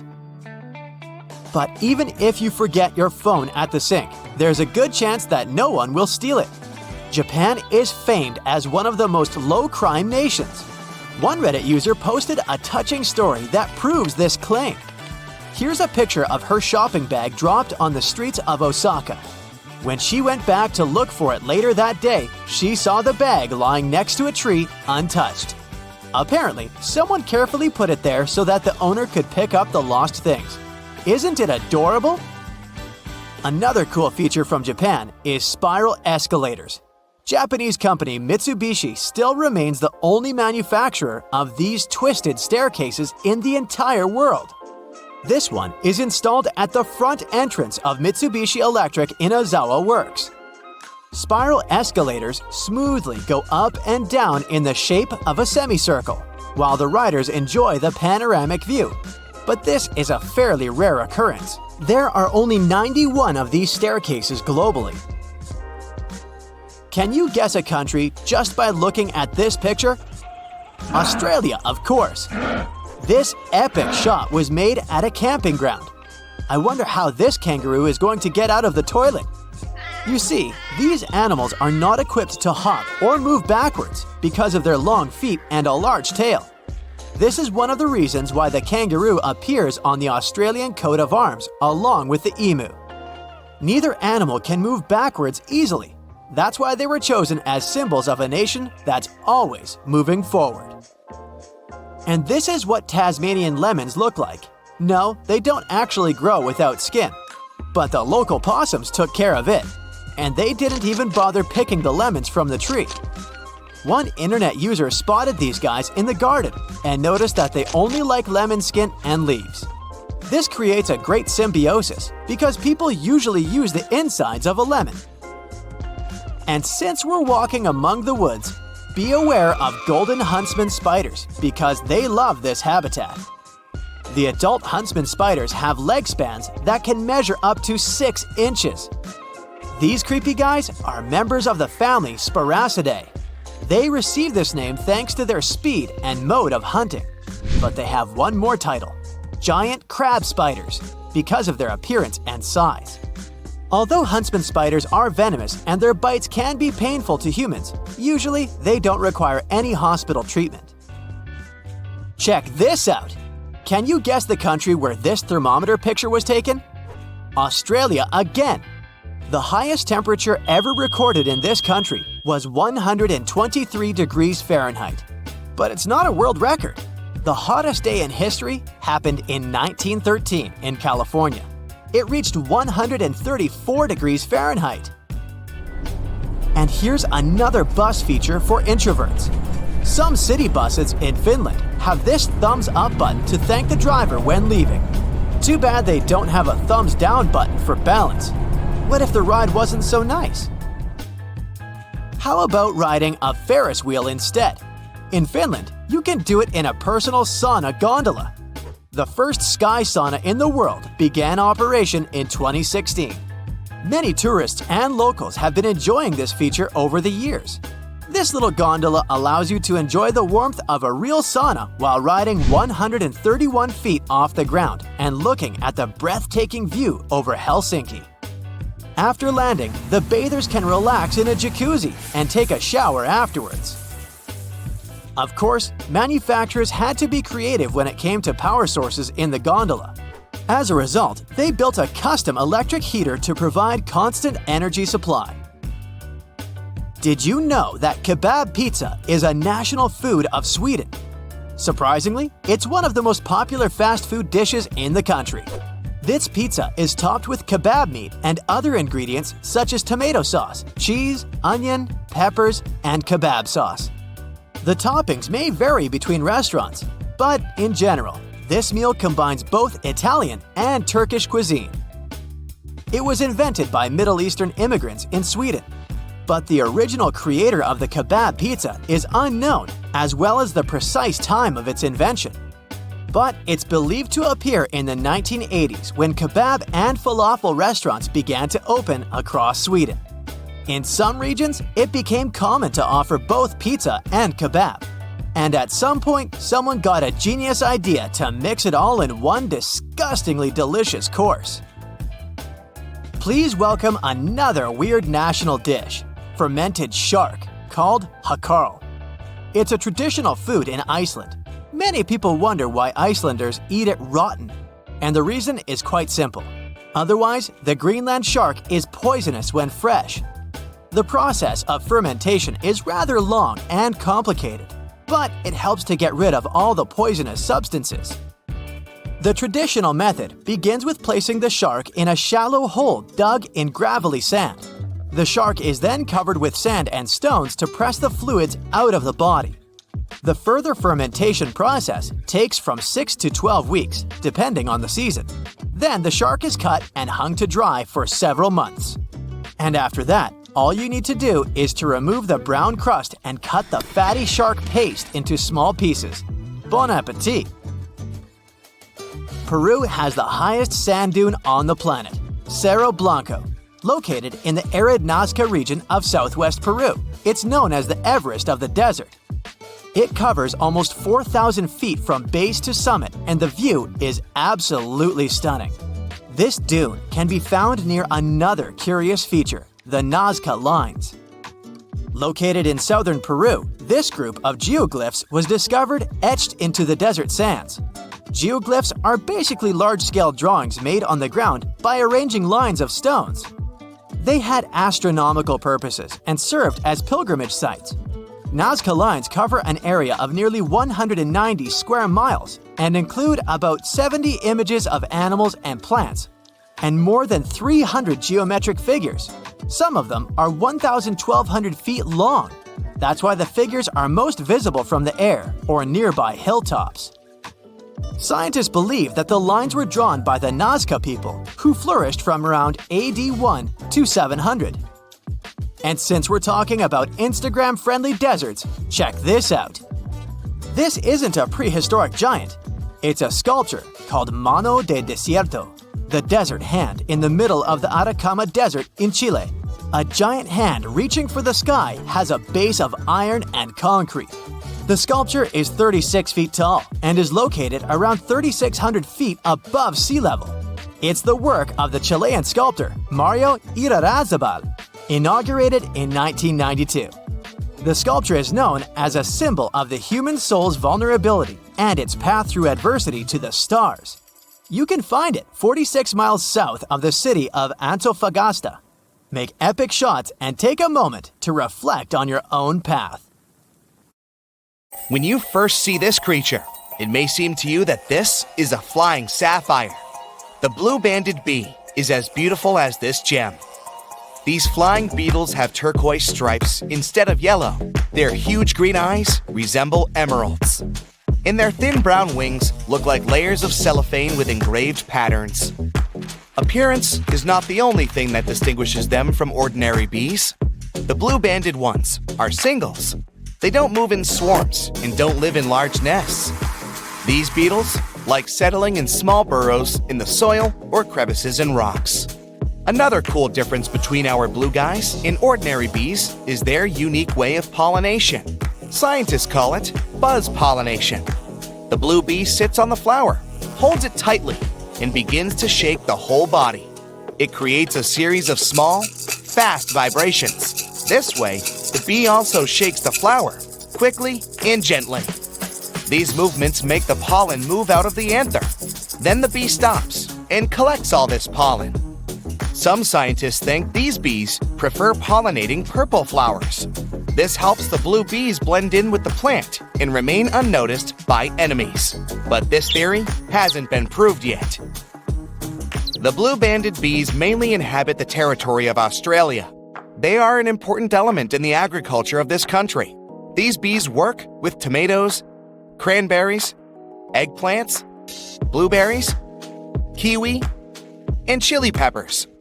Ordinary bees can't pollinate most of those plants, but their blue relatives can. On a global scale, more than 8% of plants in the world need to be pollinated through buzz pollination. That's why farmers love and protect blue-banded bees so much. Wasps and bees are very similar in appearance.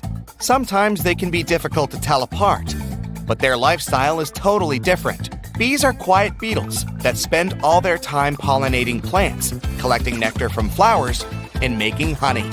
We can say that bees are small, powerful trucks, but wasps are racing supercars. They are more aggressive, much faster, and more maneuverable in the air. Their stings are more painful.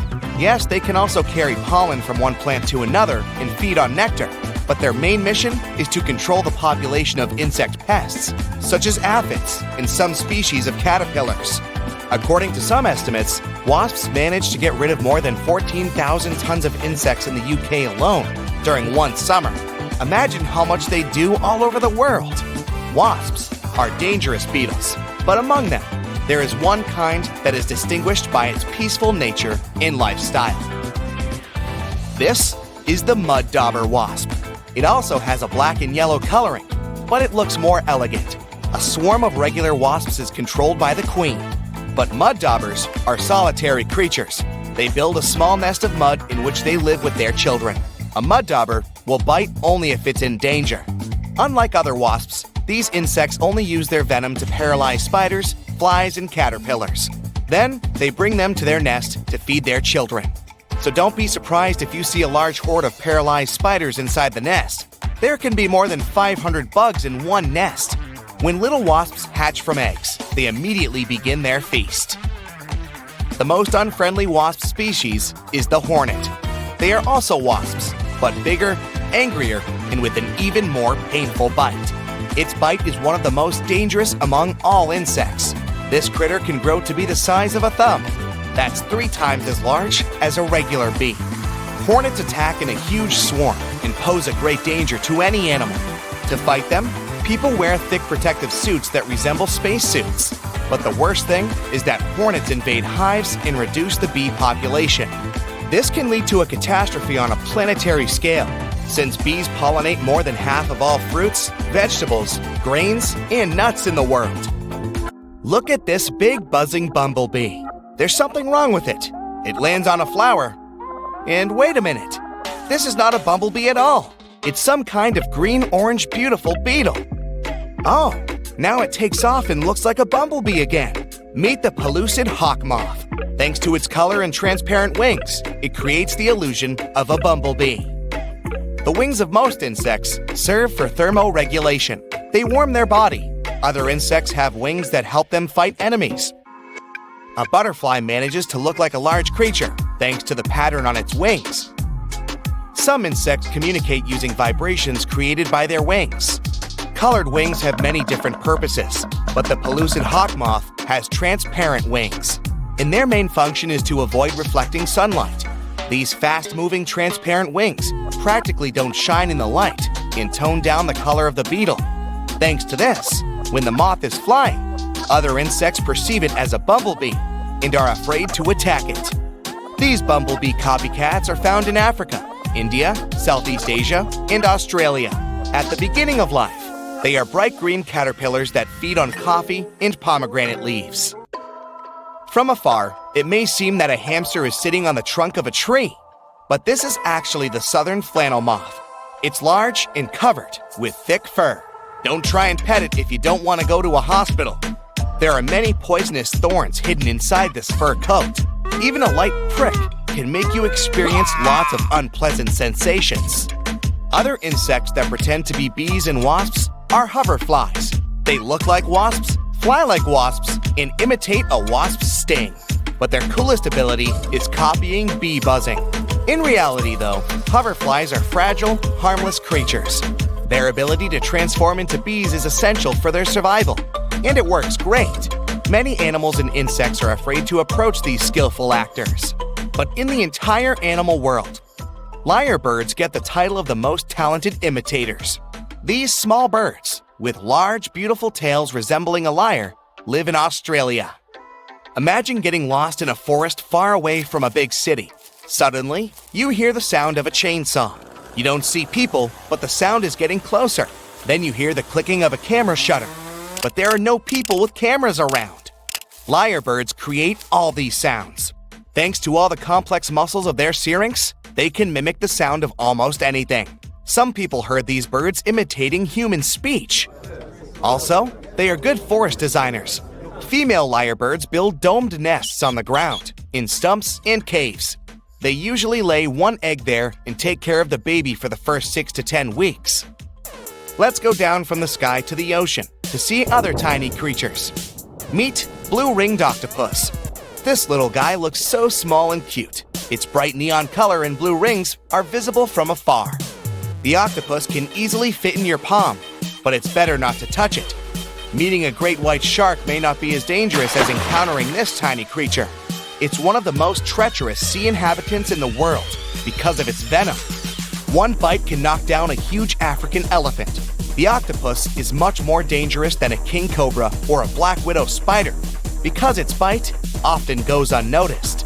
You may not feel or see when it stings you, and when you realize that something is wrong, it may be too late. Also, there's no antidote to the blue-ringed octopus's venom. The creature's salivary glands are home to bacteria that produce this venom. The same substance is found in the venom of pufferfish. When it enters the human body, it paralyzes the entire nervous system. The lungs stop contracting to supply the body with oxygen. The only good news is that this octopus is unlikely to attack first. The last recorded case when this creature charged at people was in the 60s. The blue-ringed octopus lives in the Pacific and Indian Oceans, from the coast of Japan to Australia. They spend most of their time in tide pools and coral reefs. Now we move to the hot sands of the southeastern U.S. states. You can find fire ants here. Outwardly, they don't differ much from regular bugs. But people call them fire ants because of their bite. Their poison resembles a flame. You're likely to feel the bite site burning. Therefore, it's better not to touch them and go away before any of these ants crawl into your pants. So, when you're driving, you get a green light everywhere, except Japan. The traffic light is actually blue there. The problem is purely linguistic. Old Japanese had the same word ao for blue and green. Even though modern Japanese has a separate word for green, the linguists objected and the government left the ao color for the traffic light. It's technically green, but it's the bluest shade possible, so we perceive it as blue. If you ever travel across Japan, you'll definitely see norin, fabric hangings that look like curtains before the entrance to restaurants and stores. You can tell if the store is open just looking at the norin. If they're hung at the doors, it means this place is open. If there are no curtains, sorry, the place isn't working, look for another one. The name of the place is usually written across the norin. The dirtier it is, the better. Just kidding. The Japanese say that if this curtain's dirty, it means there are a lot of customers that constantly touch the norin when they enter. Japanese are very punctual, and in this country, everything's on time, no matter if it's people who need to come to a meeting or public transport. The trains are so punctual that if they have a minute's delay, the company will provide you with a special certificate to prove to your boss your lateness wasn't your fault. There are some drawbacks about Japanese trains, though. Some cars in Tokyo Metro are so packed sometimes that Metro staff, aka professional pushers, come to help people squeeze into that train. They literally shove people onto busy trains and help the passengers travel safely. Japanese people seem to be obsessed with glasses. Well, there doesn't seem to be any specific explanation for this one. They just do it for pleasure. Sunglasses, as well as regular glasses, can be an integral part of your look as a cool accessory. Anyway, they're usually a prescription, and most people wear them because of short-sightedness. The public toilet experience may be a challenge for you, but not if you're in Japan. There's always music in the bathrooms. Bidet is quite a regular thing for this country, too. The toilets look high-tech, and they really are. In fact, over 80% of Japanese households have a bidet toilet. Not only are they super sanitary, but they also save water, using only 1 gallon per flush. In regular toilets, it takes about 3 gallons. If you're an introvert and love traveling alone, Japan is a top destination for you. In this country, it's totally okay to eat out enjoying your own company. For introverts who may feel lonely now and again, there are special cafes that feature cuddling services. In some restaurants in Japan, water is free, which is no real surprise. The surprise comes when you're offered some free tea. Waiters usually bring you some traditional tea while you're waiting for your order. Another unusual thing about Japanese restaurants is that you're not supposed to leave tips. People can even take offense if you do so. Good service is considered to be a standard, and it's already included in your order. So, hey, enjoy your meal. Talking about Japanese food, and I'm getting hungry, chopsticks are probably the first thing that comes to your mind. Still, a real Japanese dining experience has more ways of eating. You're not going to look impolite if you literally drink your miso soup right from the bowl. If the bowl is somewhat bigger than the one for miso, and the broth has noodles and other ingredients, don't be afraid to slurp this ramen away. Japanese are cool with slurping. There's one food hack for a Japanese meal. If you struggle a lot with chopsticks, especially eating rice, bring the bowl closer to your mouth. If the plate is pretty large, it's not recommended to pick it up. If you still struggle, it's okay to ask for a spoon unless the place you're dining in is traditional and expensive. Eating fruit in Japan can be quite expensive. Some fruit are exported from far away, which explains the price. Local farmers do their best to grow perfect, impeccable fruit. That's why peaches can cost up to 3,000 yen, which is about $300. Hey, how about a $21 apple? Yeah, rather pricey, but it's washed with honey and hand-picked to make sure there are no blemishes. Plus, these are one of the world's largest varieties of apples, some of them weighing up to 2 pounds. Japanese eat rice anytime, no matter if it's breakfast, lunch, or dinner. Another incredible fact about their food is that their sweets aren't actually sweet at all. Alright, not sweets, but rather desserts. Traditional Japanese desserts are usually made of chestnuts, matcha tea, or rice flour. They can even cook many desserts such as brownies, puddings, and chocolate bites using a special type of beans called azuki as the main ingredient. People in Japan believe that the dessert is good quality if it's not sweet. Japanese food is crazy, combining a bunch of unusual flavors in regular things. Hey, how about ice cream? Choose the flavor. There are potato, miso, wasabi, soy, and many other flavors. For those who like it extreme, there's even raw horse meat ice cream. That's really good horse. Yeah, right. These tastes are not very common for the Japanese either, though. Some other unusual foods feature hot dogs with noodles instead of sausage or unagi cola. Yeah, it's like eel plus cola. And if that's not enough, you can also find chocolate chip ramen in Japan. You can't beat it. Japanese always take their shoes off when they enter the house. They even have multiple slippers. For example, toilet slippers. Don't come inside a Japanese house with your shoes on. It's very impolite. Most cultures usually use handshakes for greetings, but in Japan, people mostly use bows for this purpose. The more times and the deeper you bow, the more respect you show to a person. There's a catch though. If you bow too deep, it could be offensive. Bows are acceptable everywhere – supermarket, workplace, and even among friends. Sometimes, getting connected working on something on a train can be next to impossible because of the noise level. In Japan, nothing can distract you on a train, so you can even work. People usually don't even answer the phone there. Still, the Japanese aren't quiet all the time. Bars make a big part of the Japanese everyday culture, so it's pretty loud there. Watermelons are round, right? Well, not in Japan. Japanese farmers have a special technique for growing square watermelons. They grow it in a special container. This way, they can fit into a fridge easier. Some other shapes are available. For example, the fruit can be triangular or heart-shaped. The only drawback is that such fruits are quite pricey. Turning train seats in Japanese trains are super convenient. You can make a square if you travel in a group of friends. You can adjust your seat to the direction of the train. If you simply don't like your travel companions, you can just turn around too. You will probably never see a janitor in Japan because students have to clean up the schools by themselves. Japanese students even serve lunch. Plus, besides a regular school cleaning, they will go out now and again and clean up the neighborhood.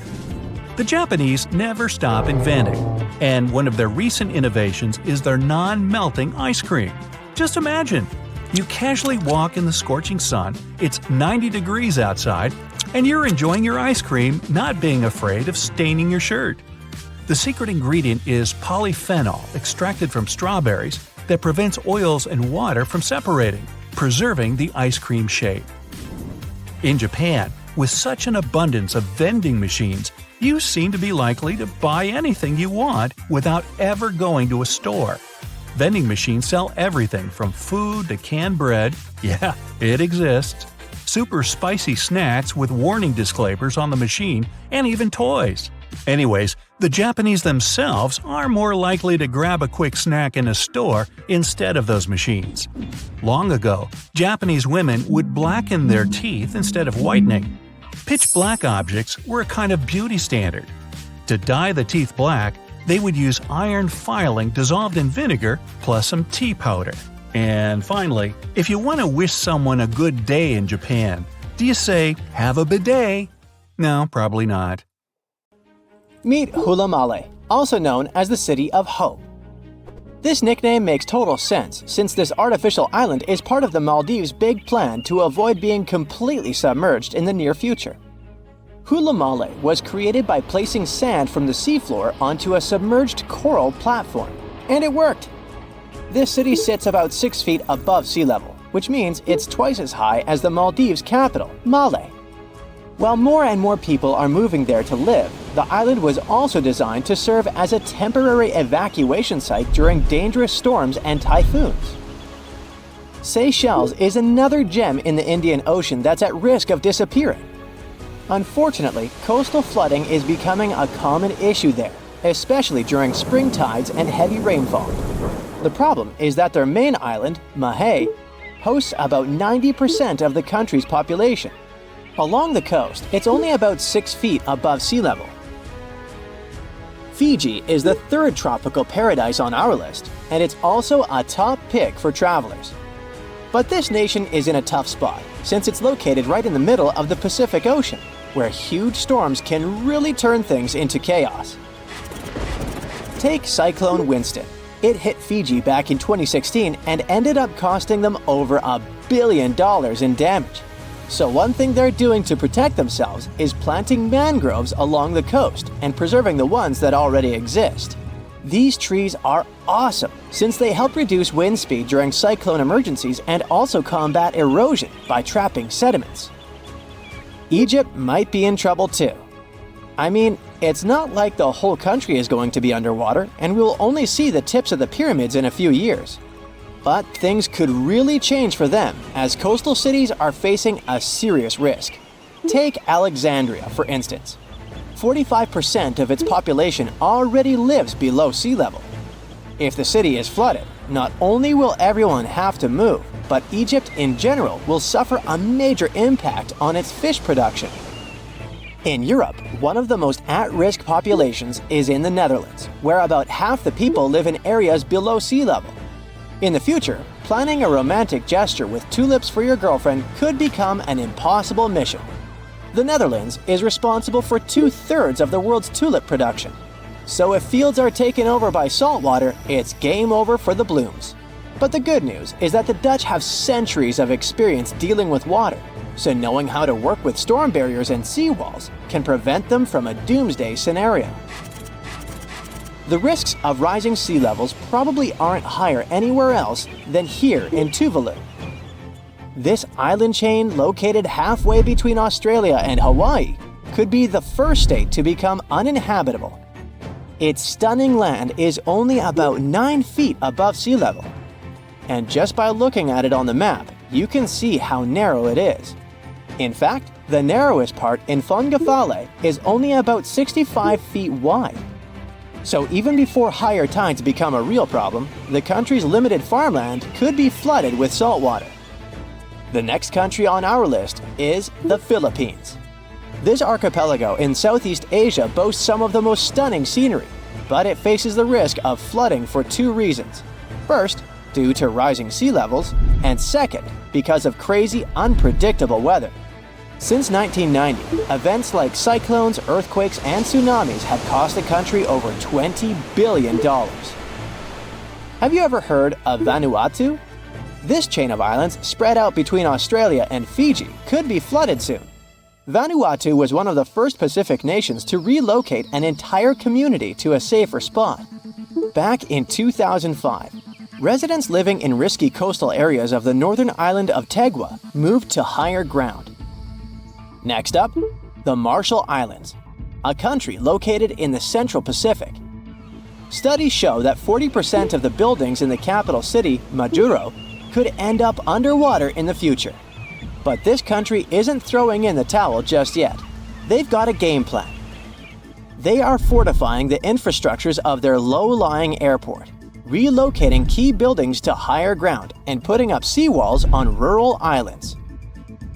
Heading south, we've got Nauru. This is actually one of the smallest countries in the world, covering just 8.1 square miles. Today, it's home to 10,000 people, but it's on the brink of becoming uninhabitable.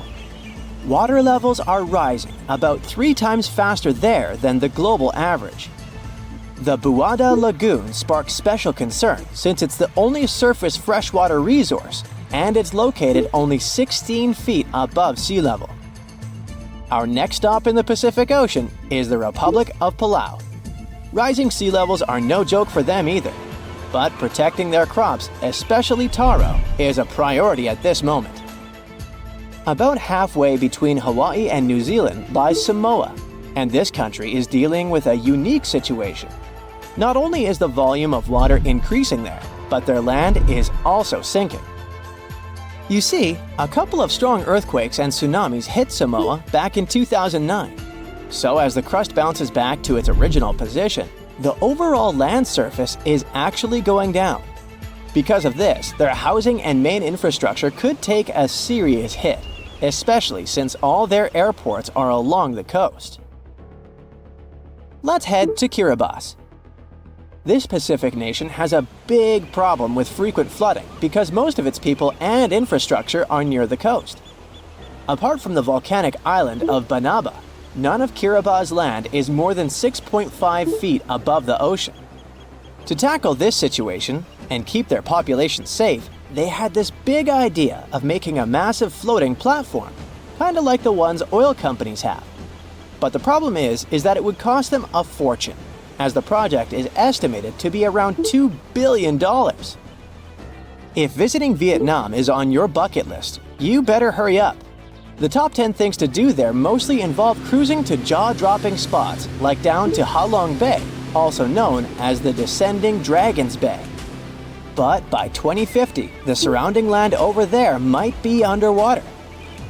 Another huge problem Vietnam is facing is that the main rice fields are getting salty. And if you're into Vietnamese food, you know how important rice is for them. Right now, they're especially concerned about the Mekong Delta region being vulnerable. After all, this is a highly fertile area responsible for most of Vietnam's agricultural output, with over 50% of it being, rice. This nation is really putting in the effort to adjust to this new reality. They're flushing the rice fields in the Mekong Delta with fresh water to get rid of the saltiness. Our next stop is in the Caribbean Sea. Grenada is an island country, but you may know it as the Island of Spice, since its tropical climate is just perfect for cultivating things like nutmeg, cinnamon, cloves, and ginger.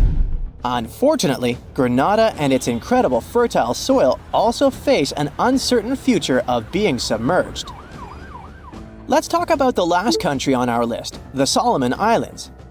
5 islands in this archipelago have already vanished beneath the waves, and 6 others are submerged by 20%. They include the Nusa Evili Island, which was once a hotspot to go to for a picnic in the early 2000s. Even though the situation is complicated, it's important to note that more than 300 of the islands there are inhabited. One thing about the Solomon Islands is that it seems like they're always in some kind of recovery mode, since the country often gets hit by tropical cyclones and flash floods. Their population is already working hard to save their homes from the rising seas by building stone walls along the coast, planting mangroves and constructing houses in higher areas.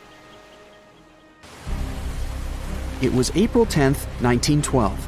Richard had just departed from Southampton, England, aboard the most famous ship of the time, dubbed the Unsinkable. Since he had just witnessed a near collision with the SS City of New York, he decided to write to his wife and report the unfortunate and frightening event. "My dearest Sal," he wrote, "we got away yesterday after a lot of trouble." Little did he know that a mere 4 days later, both his pen and the ship he was on would be lost forever at the bottom of the North Atlantic Ocean. Was this some sort of bad omen? Did Richard actually foresee what was about to happen to the ship he was on? In case you haven't figured it out by now, Mr. Richard Geddes was aboard the Titanic on the day that he wrote the letter to his wife. On April 14, 1912, the ship seemed to have been lost forever. Along with it, so many secrets and treasures have settled at the bottom of the ocean. It took until 1985 for the Titanic's wreck to be finally rediscovered using state-of-the-art sonar technology. Ever since then, they've managed to recover thousands of items from the Titanic, and many of them went on display or auction. Things like jewelry, a life jacket, a menu from the ship's restaurant, or even a sample square of carpet from the first-class stateroom have all captivated the public's attention, just like the many stories of the people on board. Scientists have even tried to come up with strategies to get the Titanic back up altogether to properly study it and stop it from getting more and more damaged at the bottom of the ocean. Some have suggested filling the wreck with ping pong balls to make it float, while others even considered injecting it with 180,000 tons of Vaseline. Another idea was to use 450,000 tons of liquid nitrogen to trap it in an iceberg that would float to the surface. But they eventually had to let go of all these potential strategies since the Titanic is way too fragile to ever be recovered. The Titanic may be one of the most interesting ships lying at the bottom of the ocean, at least in popular culture, but deep-sea divers have a lot of other stories to share. Planes also sometimes find their way to the bottom of the ocean. Deep-sea divers in Oahu, Hawaii, came across the wreckage of an F-4U Corsair plane. It seems to have crashed into the ocean in 1946, as it didn't have sufficient fuel. If you can dive deep enough, you might even stumble upon statues and lost artifacts, like those found in the world's only underwater archaeological park off the coast of Naples, Italy. It features the ruins of the ancient Roman city of Baia. The underwater statues found here are breathtaking, to say the least. In an ironic twist of events, some of the equipment we intended to use to get us to the moon was lost at the bottom of the sea for a very long time. But how did that happen? Beginning from the late 1960s and ending in the early 70s, many Apollo rockets were launched to orbit the Earth and the Moon. When reaching altitudes of about 38 miles, the first portion of the spacecraft, including the engines, needed to separate. People thought these components got destroyed or lost forever. But were they really? In 2012, a team of specialists discovered a bunch of rocket engines 14,000 feet off the coast of Florida. They have since gone through a 2-year renovation plan and are now on display at Seattle's Museum of Flight.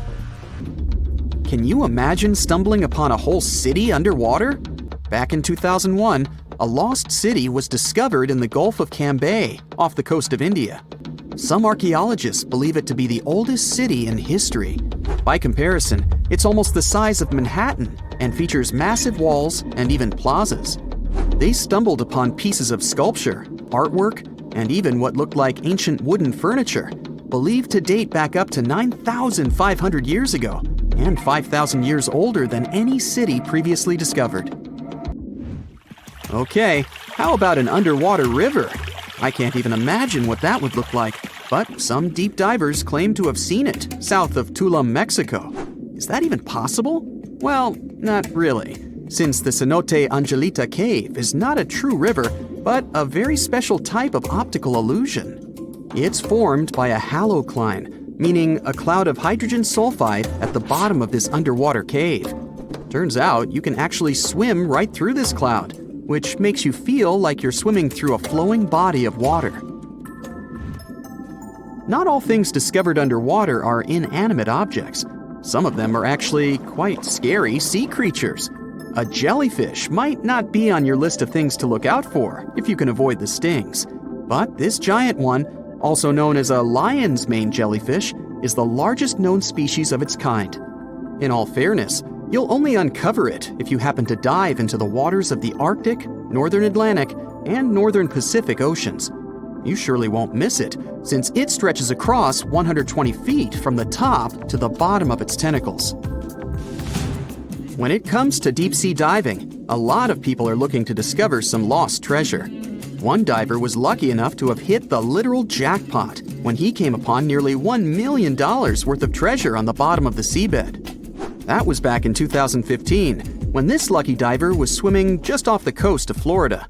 What did he find, you might ask? Well, about 51 gold coins, 40 feet of gold chain, and a rare single coin that was tailored for the King of Spain, Philip V. Speaking of people looking for lost treasures, divers also sometimes found pirate ships. They discovered one of these pirate shipwrecks in 2015 off the coast of Colombia. It dates back to the 18th century. The value of this forgotten ship was estimated to be between $4 billion and $17 billion, as it contained treasures, precious stones, gold, and countless other really valuable items.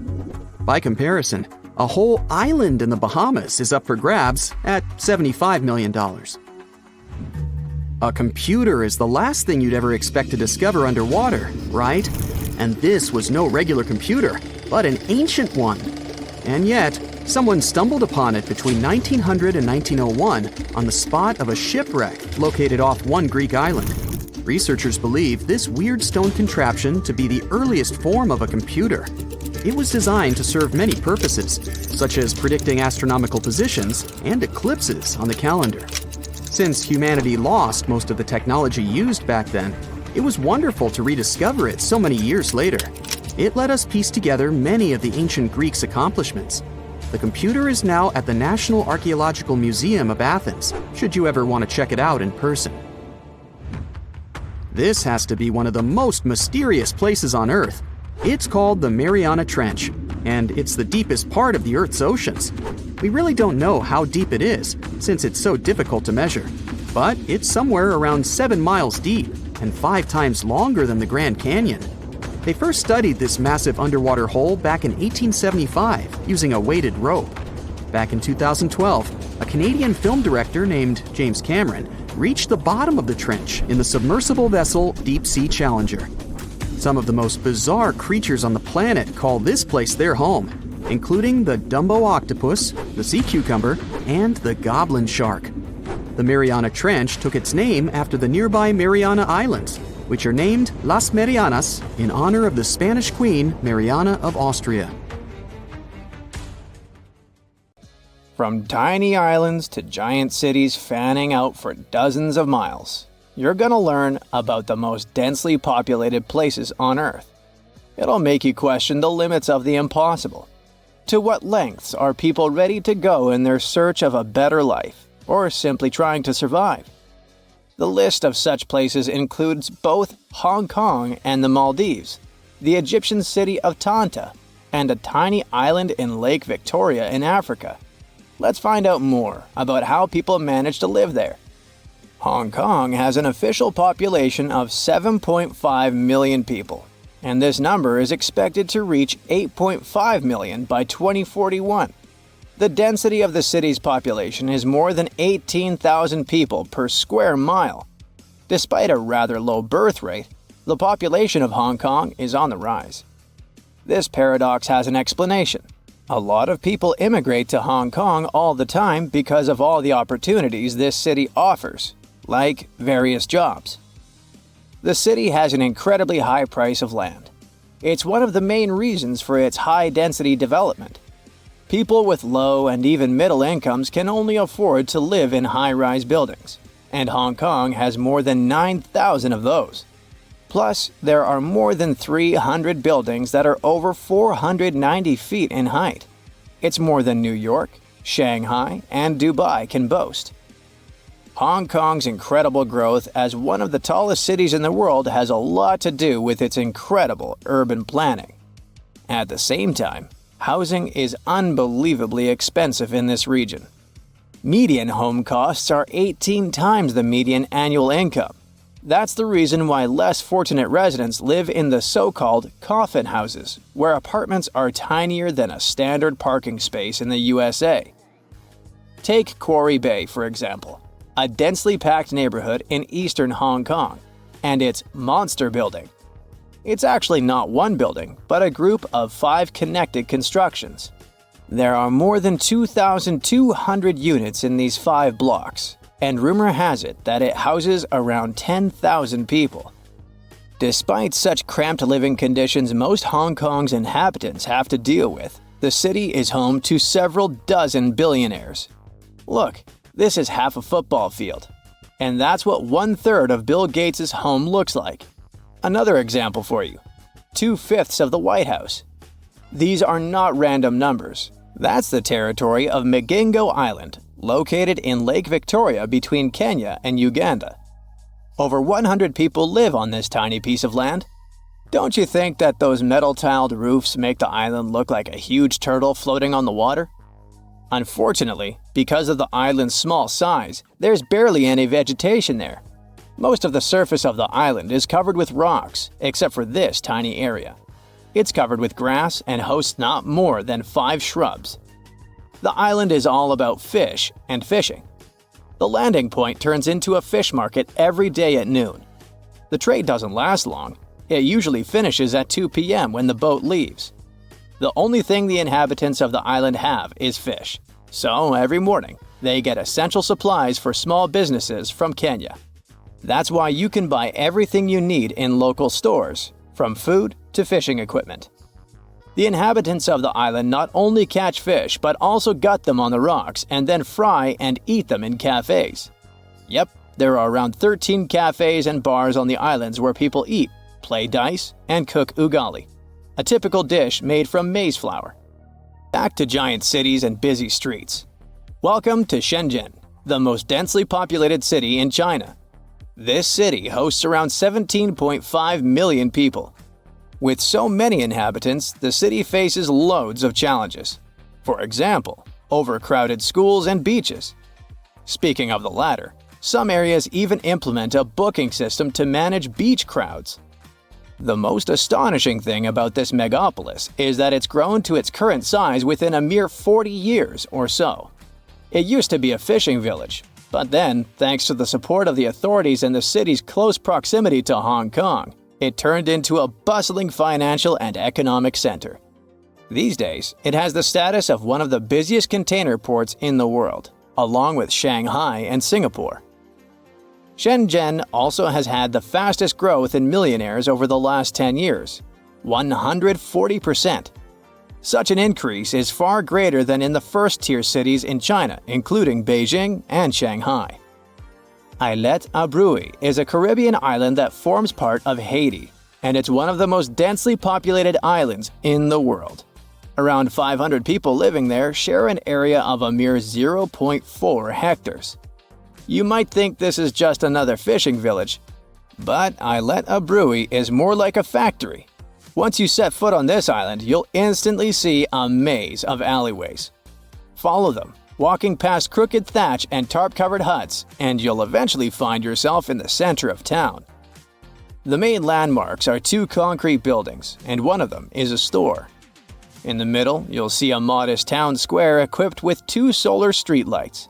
One is old and is no longer in use, and the other is shiny and new. On the island, men outnumber women and kids. Many people are out of town fishing during the day. The horizon surrounding the island is dotted with sails and pirogues.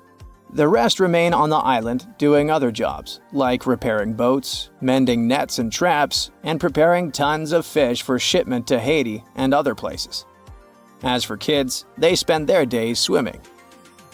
Our last destination is the Egyptian city of Tanta, which is also one of the most densely populated places in the world. It has about 70,000 people per square mile. Just for comparison, there are slightly under 30,000 people per square mile in New York. The city is located between Cairo and Alexandria. It has huge cotton plantations, and in 1856 it became a stop on the railway network, mostly for exporting the cotton growing in the area to Europe. And even though the area around Tanta was mostly fields, the settlement turned into a large, crowded city. In late October, the city becomes the center of celebration of the cotton harvest. 3 million people come from around the Delta and other parts of the Arab world for the colorful 8-day celebration. Tanta is famous for its sweet candy. It's made of gelatin, coconut, sesame, peanuts, and chickpeas. Loads of these sweets are sold during festivals when many Egyptians visit the city. No wonder they've been considered a delicacy since the 1800s. Tanta also has a lot of cotton processing factories, as well as textile industries. Plus, it's a university town. Tanta University was established in 1972. Male, the capital of the Maldives, has a population of more than 200,000 people. It means 49,000 people per square mile. 80% of the land sits around 4 feet above sea level, which means that if part of the islands go underwater, people will have to relocate. An artificial island that was created to manage waste is getting overburdened. In 1997, Hula Male, another artificial island, was built to alleviate dramatic population pressure. These days, it's already as developed as Male. The Maldives consists of more than 1,000 islands stretching along a 500-mile axis. All of them are coral islands. They grew around the rims of prehistoric undersea volcanoes. Only 188 islands are inhabited, but most of them have fewer than 1,000 residents. More and more Maldivians are giving up on island life and moving to the capital city. But Male is already pressed hard against the limits of human habitation. If even more people move there, its physical structure would need to be completely reworked. The authorities are already surrounding Male with sea bridges and artificial islands packed with houses. Right now, as I speak from the United States, it is the year 2022. You're likely watching in the same year, unless this video has now been up for 2 years, in which case it's 2024. If so, hello from the past. But what if you're watching from the year 111 or 4720? Am I talking to you from the future or the past? I'm confused. For example, if you're in China in 2022, it is the year 4720. And similarly, if in North Korea, it's the year 111. Not all countries have the same calendar. Most of the world uses the Gregorian calendar. It was established in the 16th century and replaced the Julian calendar. Let's do a speedy aerial trip around the world and visit some countries that are in different year zones. We power through the atmosphere. Where shall we stop? Let's start with one of the world's most populous nations, China. Okay, hang back a bit so we can see the surrounding countries too, as some use the Chinese calendar as well. Countries such as Mongolia, South Korea, and Vietnam. According to the Chinese lunar year calendar, the current year, as of February 2022, is actually the year 4720, thousands of years into the future. But not really. The chronology starts from the date Emperor Wang Di started his reign in 2637 BCE. The calendar is cyclic and is based on the astronomical cycles of Jupiter.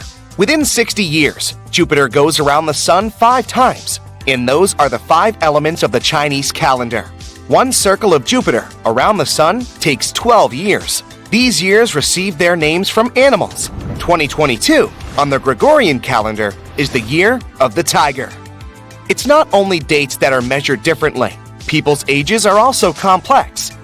The chronology starts from 1, not 0. A newborn is 1 year old from birth. Their age increases with the coming of a new year, but not with their birth date. That means that all family members gathering together on New Year's become 1 year older with the passing of the New Year clock. That's why the age of an Asian person can be 2 years different from the age of a European person, even if they were born on the same day. Let's go up again. We may as well stay in the area. Let's move south. Yes, to North Korea. There, they use the Juche calendar. It has been used since July 8, 1997, together with the Gregorian calendar. The Juche calendar begins with the birth of Kim Il-sung, the founder of North Korea and the eternal president of the country. His birth year, 1912, became Juche 1 in the Juche calendar. The calendar was adopted 3 years after the passing of Kim Il-sung. His year of birth is called Year 1. There is no Year 0 on this calendar. This makes the year 2022 Year 111 in North Korea.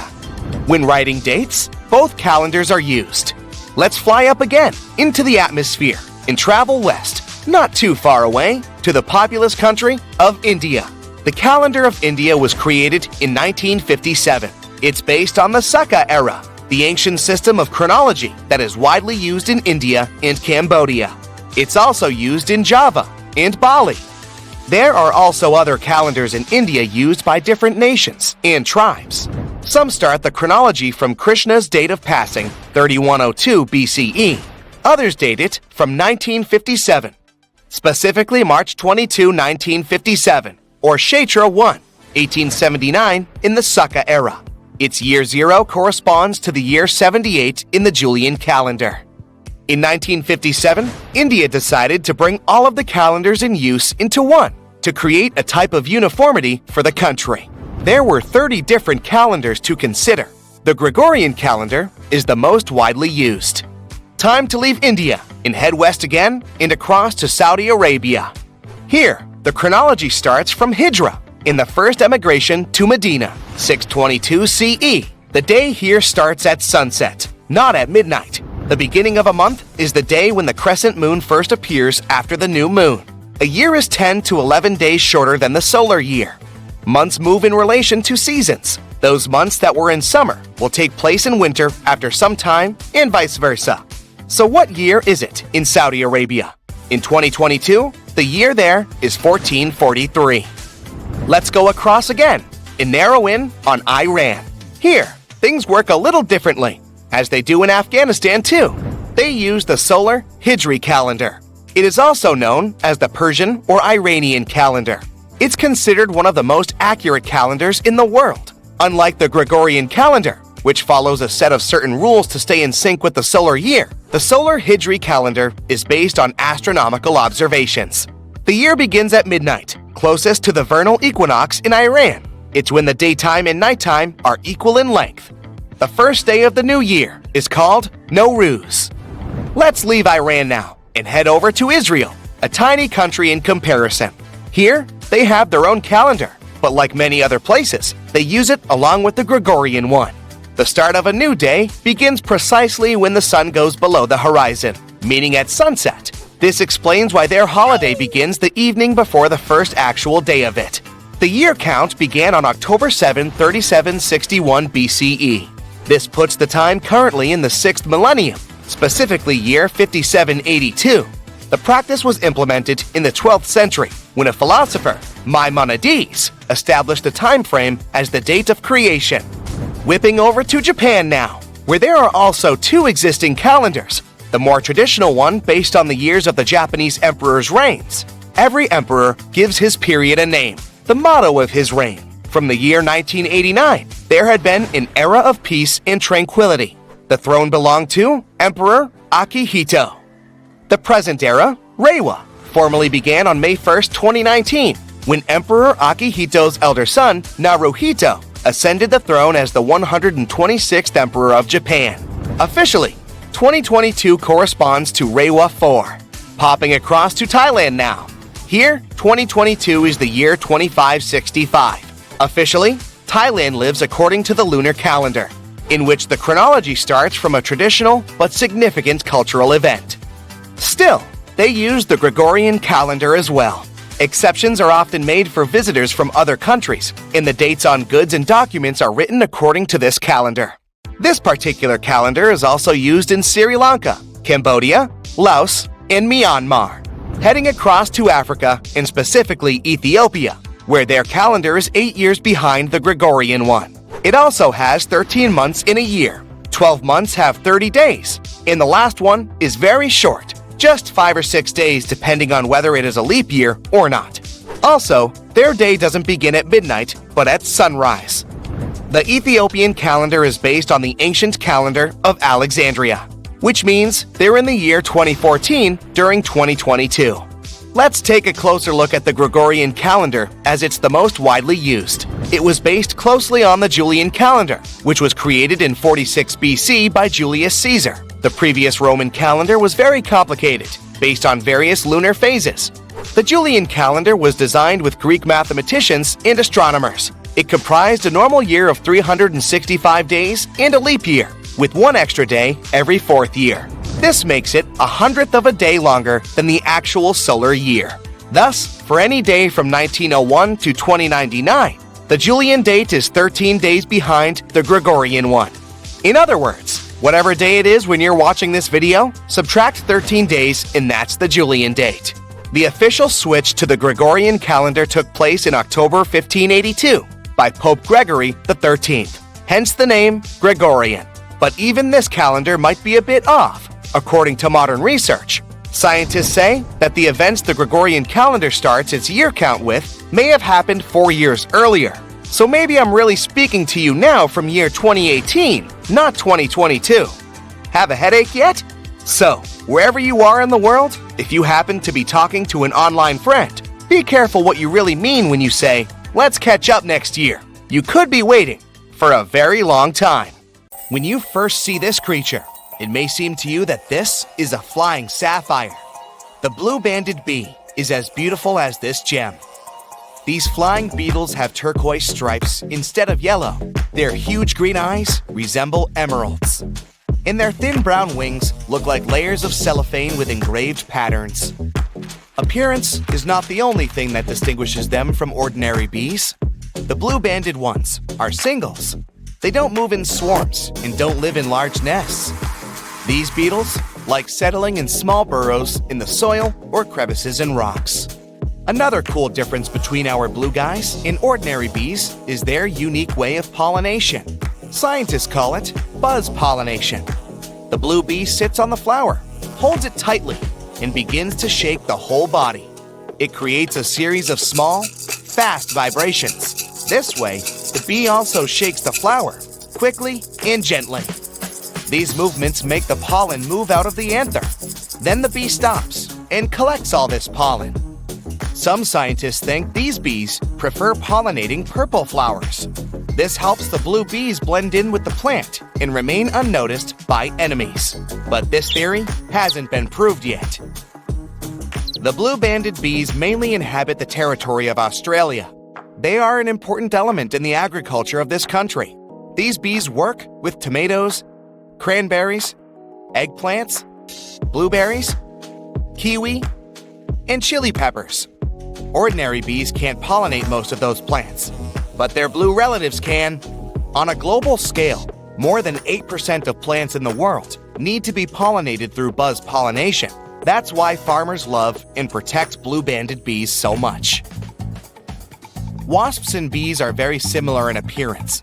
Sometimes they can be difficult to tell apart, but their lifestyle is totally different. Bees are quiet beetles that spend all their time pollinating plants, collecting nectar from flowers, and making honey.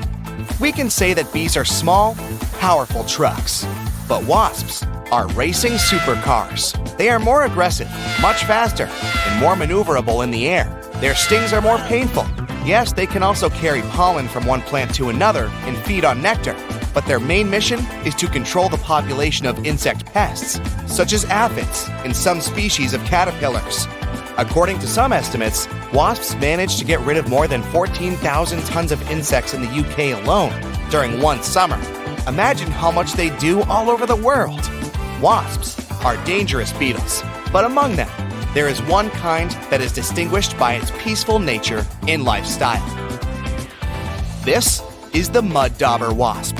It also has a black and yellow coloring, but it looks more elegant. A swarm of regular wasps is controlled by the queen, but mud daubers are solitary creatures. They build a small nest of mud in which they live with their children. A mud dauber will bite only if it's in danger. Unlike other wasps, these insects only use their venom to paralyze spiders, flies, and caterpillars. Then, they bring them to their nest to feed their children. So don't be surprised if you see a large horde of paralyzed spiders inside the nest. There can be more than 500 bugs in one nest. When little wasps hatch from eggs, they immediately begin their feast. The most unfriendly wasp species is the hornet. They are also wasps, but bigger, angrier, and with an even more painful bite. Its bite is one of the most dangerous among all insects. This critter can grow to be the size of a thumb. That's 3 times as large as a regular bee. Hornets attack in a huge swarm and pose a great danger to any animal. To fight them, people wear thick protective suits that resemble spacesuits. But the worst thing is that hornets invade hives and reduce the bee population. This can lead to a catastrophe on a planetary scale, since bees pollinate more than half of all fruits, vegetables, grains, and nuts in the world. Look at this big buzzing bumblebee. There's something wrong with it. It lands on a flower. And wait a minute. This is not a bumblebee at all. It's some kind of green-orange beautiful beetle. Oh, now it takes off and looks like a bumblebee again. Meet the pellucid hawk moth. Thanks to its color and transparent wings, it creates the illusion of a bumblebee. The wings of most insects serve for thermoregulation. They warm their body. Other insects have wings that help them fight enemies. A butterfly manages to look like a large creature, thanks to the pattern on its wings. Some insects communicate using vibrations created by their wings. Colored wings have many different purposes, but the pellucid hawk moth has transparent wings, and their main function is to avoid reflecting sunlight. These fast-moving transparent wings practically don't shine in the light and tone down the color of the beetle. Thanks to this, when the moth is flying, other insects perceive it as a bumblebee and are afraid to attack it. These bumblebee copycats are found in Africa, India, Southeast Asia, and Australia. At the beginning of life, they are bright green caterpillars that feed on coffee and pomegranate leaves. From afar, it may seem that a hamster is sitting on the trunk of a tree, but this is actually the southern flannel moth. It's large and covered with thick fur. Don't try and pet it if you don't want to go to a hospital. There are many poisonous thorns hidden inside this fur coat. Even a light prick can make you experience lots of unpleasant sensations. Other insects that pretend to be bees and wasps are hoverflies. They look like wasps, fly like wasps, and imitate a wasp's sting. But their coolest ability is copying bee buzzing. In reality, though, hoverflies are fragile, harmless creatures. Their ability to transform into bees is essential for their survival, and it works great. Many animals and insects are afraid to approach these skillful actors. But in the entire animal world, lyrebirds get the title of the most talented imitators. These small birds, with large, beautiful tails resembling a lyre, live in Australia. Imagine getting lost in a forest far away from a big city. Suddenly, you hear the sound of a chainsaw. You don't see people, but the sound is getting closer. Then you hear the clicking of a camera shutter. But there are no people with cameras around. Lyrebirds create all these sounds. Thanks to all the complex muscles of their syrinx, they can mimic the sound of almost anything. Some people heard these birds imitating human speech. Also, they are good forest designers. Female lyrebirds build domed nests on the ground, in stumps and caves. They usually lay 1 egg there and take care of the baby for the first 6 to 10 weeks. Let's go down from the sky to the ocean to see other tiny creatures. Meet blue-ringed octopus. This little guy looks so small and cute. Its bright neon color and blue rings are visible from afar. The octopus can easily fit in your palm, but it's better not to touch it. Meeting a great white shark may not be as dangerous as encountering this tiny creature. It's one of the most treacherous sea inhabitants in the world because of its venom. One bite can knock down a huge African elephant. The octopus is much more dangerous than a king cobra or a black widow spider because its bite often goes unnoticed. You may not feel or see when it stings you, and when you realize that something is wrong, it may be too late. Also, there's no antidote to the blue-ringed octopus's venom. The creature's salivary glands are home to bacteria that produce this venom. The same substance is found in the venom of pufferfish. When it enters the human body, it paralyzes the entire nervous system. The lungs stop contracting to supply the body with oxygen. The only good news is that this octopus is unlikely to attack first. The last recorded case when this creature charged at people was in the 60s. The blue-ringed octopus lives in the Pacific and Indian Oceans. from the coast of Japan to Australia. They spend most of their time in tide pools and coral reefs. Now we move to the hot sands of the southeastern US states. You can find fire ants here. Outwardly, they don't differ much from regular bugs. But people call them fire ants because of their bite. Their poison resembles a flame. You're likely to feel the bite site burning. Therefore, it's better not to touch them and go away before any of these ants crawl into your pants. Let me continue my world tour, and now we're heading straight to Europe. Let's start our journey in Greece, a place with thousands of years of history. Even in modern days, there are still ancient ruins there that are being carefully preserved, and it's an interesting ride. The airport of Athens has a built-in museum with ancient artifacts. And here's how ancient and modern coexist there.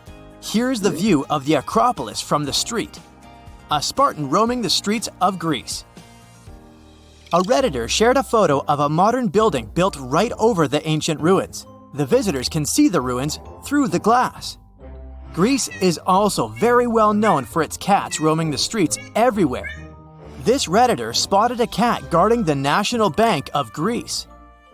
These days, everyone is trying to reduce the usage of plastic. Some use paper straws and some go with glass straws. But this cafe in Greece offered to use macaroni as straws. I'm not sure if it's stupid or genius. Another user went to a restaurant in North Macedonia and got baffled when they served slices of pizza on waffles.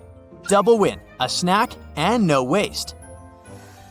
In Romania, vending machines seem to be a thing. This one, for example, is a machine with ham. And here's a better one, a vending machine selling cartons of eggs. Scrambled eggs, probably.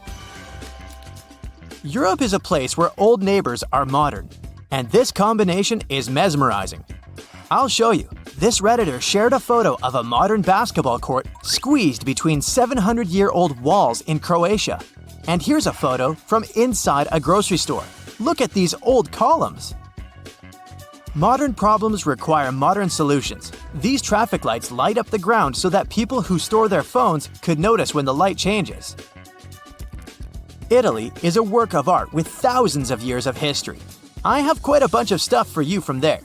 Some ruins date back thousands of years, and a lot of that gets preserved. A Redditor shared a photo of a lobby of a hotel that has a glass floor so that the ruins were visible.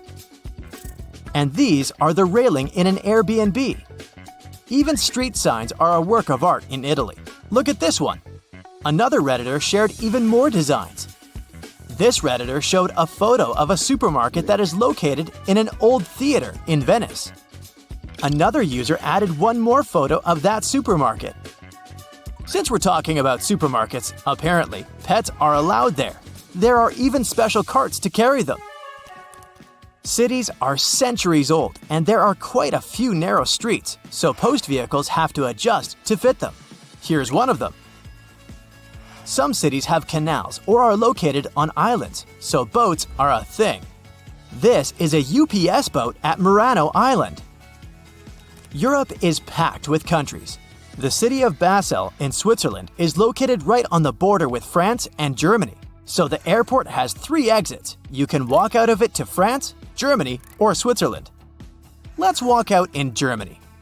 Look, there's a traffic light with a girl walking a camel. The reasons are a mystery to me because camels aren't really a German thing, but it's cute. Here's another unique streetlight featuring Karl Marx, a famous German philosopher. Back to baffling vending machines. In Germany, you can find vending machines with sausages. Hamburg is Germany's major port city. There's a river that connects it to the North Sea. No wonder there's a drive-through McDonald's for a boat. Look at this design of mineral water that is being sold in the Swiss Alps. A Redditor brought a souvenir from France. These are baguette-shaped pens. Look at this narrow house in Spain. I wonder what it looks like inside, but unfortunately, the Redditor only shared the exterior. In Portugal, cell phone towers are disguised as trees. And this is a bus that can ride the roads and then turn into a boat. A Redditor spotted doors in London that have doorknobs in the center. This seems super inconvenient, But apparently, the handle doesn't turn and exists only to pull the door closed. And the metal part with the keyhole has a little handle on the bottom of it. Europe is a historical place. This postbox bears the mark of a king ruling over a century ago. Back in the day, red telephone boxes were in high demand. Nowadays, when every person has a cell phone or two, not so much. So telephone boxes are being used in different ways. This one, for example, is now a smartphone repair shop. Luxembourg is a small but rich country squeezed between France, Germany, and Belgium, and they have baguette vending machines. Let's move north first, to the Netherlands. Farmers border their fields with a strip of flowers and put up a sign with a QR code, where people can pay for picking the flowers. And here's just a weird installation spotted by some Redditor. In Denmark, in Aarhus, a city founded by the Vikings in the 8th century, you can find traffic lights with Vikings pictured on them. Some trash cans in Swedish subways have a separate space for cans. Homeless people can pick them up and exchange the cans for some cash. There's a giant statue of a silver moose in Norway. And these are signs on bathroom stalls depicting reindeer. Apparently, Finnish people are as polite as Canadians. On the bus, they have a button to thank the bus driver. Also, a Redditor spotted a raccoon pattern on a bus seat. We all know rocking horses. Most of you probably had one in your early days. Well, Finnish little people have rocking moose. Many people come to Iceland hoping to see the northern lights. A Redditor had a phone in the hotel which had a special button to wake the guest up when the northern lights appear. Lithuanians sometimes put fake police cars on the sides of the road to combat road speeding. Europe has been ruled by kings and queens for centuries. Even today, many countries like the UK, the Netherlands, Spain, Denmark, Belgium, and some other countries have monarchs. So, no wonder that there are hundreds of castles scattered across Europe. Poland doesn't have any monarchs these days, but it still has 500 castles. Here's a warning sign for ghosts next to one of them. In Wrocław, all landmarks have a model so that visually impaired people could touch and see them too. There's also a statue of Darth Vader in one Polish city. In reality, it's a statue of a Polish magnate who supervised the construction of a port. But from time to time, locals dress the statue in Lord Vader's costume. This sign in Poland specifically prohibits bikes, tractors, and horses to go on a highway. In some places, there's a separate line on the sidewalk for people who are walking and staring at their phones. And now we travel across the Atlantic to Africa. This is Dune 7 in Namibia, the 7th biggest dune in the world. It's as tall as the Empire State Building. An internet user shared this photo. Someone in Tanzania put a literal penthouse on top of the building. I did some research and found out that it's a hotel. Still doesn't explain the roof, but I'm totally buying it. Maybe it's marketing. Drivers in Mozambique should be careful and watch out for elephants.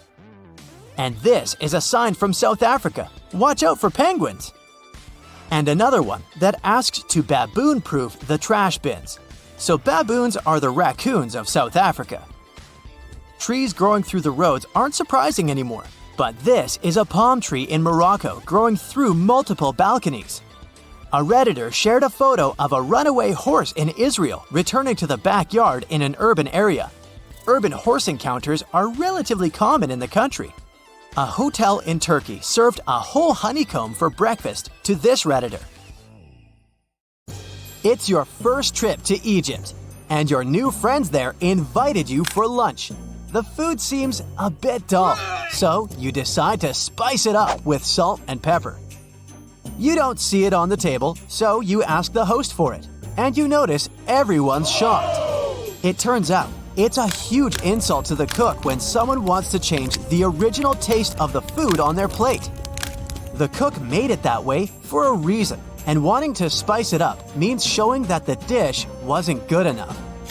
You're used to doing it as a kind gesture around the world, but don't tip waiters, taxi drivers, or hotel workers in Japan. They can get offended because they already get paid for providing you with good service, and there's no need for extra money to make it any better. If you really want to show appreciation, just say thank you.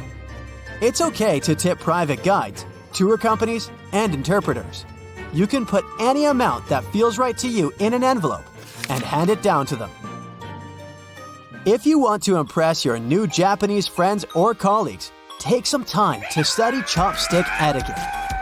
When you master the art of holding chopsticks, remember not to rub them together. People do it to remove splinters, so it might look like you're unhappy with the quality of the pair that your host provided you with. Don't put your chopsticks vertically in your bowl of rice. This way, it can be seen as an offering to the deceased. Don't wave chopsticks in the air or use them to point at things. Both are considered really rude. The same is with moving things with your chopsticks or the hand holding them. It looks disrespectful. Plus, you're likely to spill things. When in Italy, don't order a cappuccino after noon. The locals don't do it because they believe the milk and foam turn this drink into a meal, and it's not good for digestion. Also, be prepared to enjoy your coffee standing at the bar and pay for it before you even order it. First, you pay the cash register. Then, show the receipt to the server to get your drink. Are you a big fan of chewing gum? Well, you'll have an uneasy time in Singapore.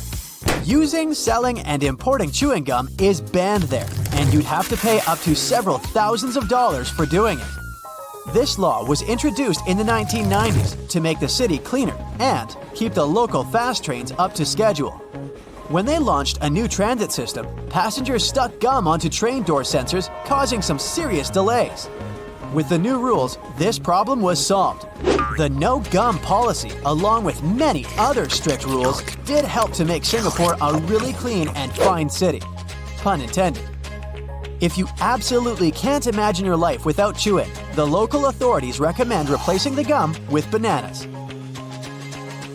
When someone asks you to pass them something, like salt at the table in Bolivia, don't give it directly to them.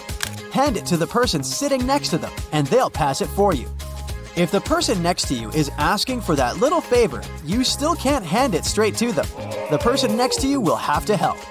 This table etiquette comes from a superstition that handing something to someone directly into their hands brings bad luck. For the same reasons, you can't reach across the table or stand up to pass something or toss it to someone. And don't forget to keep both hands on the table when you aren't eating. It might look like you're trying to hide something if your hands aren't visible at all times. When you arrive for a meal in Jordan, the hosts may give you some bitter Arabic coffee as a warm welcome. Don't try to stretch it for the rest of the evening. The polite thing to do is empty it fast. Only when everyone's done with the drink do people go back to socializing. As you pass the empty cup to the hosts, make sure to jiggle your wrists. If you just pass it without jiggling, it will mean you're asking for a refill. Don't rush to arrive at an event on time in Venezuela. People might think that you're rude or greedy. The polite thing to do is to be 10 to 15 minutes late. Events scheduled for 7 o'clock will often begin at 8 o'clock or later. A popular story goes that in the 1980s, a foreign reporter arrived at a press event more than an hour late. When he saw the room was mostly empty, he went to apologize to the host for missing the event. The host then told him he was the first reporter to arrive. It's quite interesting because the clocks in this country have officially been 0.9 seconds ahead of the rest of the world for years. Are you planning to travel by bus in Ireland anytime soon? Don't forget to thank the driver for the ride on your way out of the bus. You'll hear an overwhelming majority of locals do it loudly, as it's basically not optional. Choose the gift wisely if you've been invited to a home in Vietnam. It's okay to bring fruit, sweets, or incense. Handkerchiefs are believed to be a symbol of a sad farewell, and cutting tools are a sign of cutting relationships. So don't bring those. Wrap your gift in colorful paper and don't opt for black. The locals believe this color to be a bad omen. When you present the gift, hold it with both hands. And don't be surprised if the hosts don't open it right away. It's done after the giver has left. Don't leave anything on your plate in India. It's a sign of disrespect for the food you were served. Food is considered sacred in the country, so it would upset your hosts a lot. So, wash and dry your hands before starting the meal. Don't forget to praise the cook and wait for the eldest to stand up before you leave the table. In South India, it's common to serve food on a banana leaf. You gotta fold it over from the top when you're done with the meal. Folding it from the bottom means you weren't satisfied with what you got. It might be a good conversation starter elsewhere, but don't brag about your achievements in Denmark. The locals believe that everyone is equal, so you won't hear them talk about their successful careers or talents or how special they are. And they expect the same from you. If you're looking for a good topic, they'll gladly talk to you about the greatness of their country. The Danes are really proud of it and all its wonders. If you're going on a trip to Germany and plan to drive on the famous Autobahn, make sure to tank up before you hit the road. Stopping, parking, making U-turns, and backing up on this super speedy highway is illegal. Yes, even if you have to stop because you've run out of gas, you'll have to pay a fine since you were supposed to plan things better. And although the Autobahn technically doesn't have a speed limit, watch out if you're passing by urban areas like Frankfurt, Berlin, and Munich, or construction works and heavy traffic. There will be special speed instructions for these spots. In case you're planning to explore Cyprus by car, quench your thirst before you start the vehicle. Drinking anything, including water, isn't allowed while driving on the island. So if you can't resist snacking or drinking behind the wheel, prepare to pay a fine. In Ethiopia, you gotta think twice before choosing a gift for someone. They see it as a debt they'll have to repay in the future. So if you bring something really expensive, the receiver will either have to spend a lot of money on a return gift or feel indebted to you.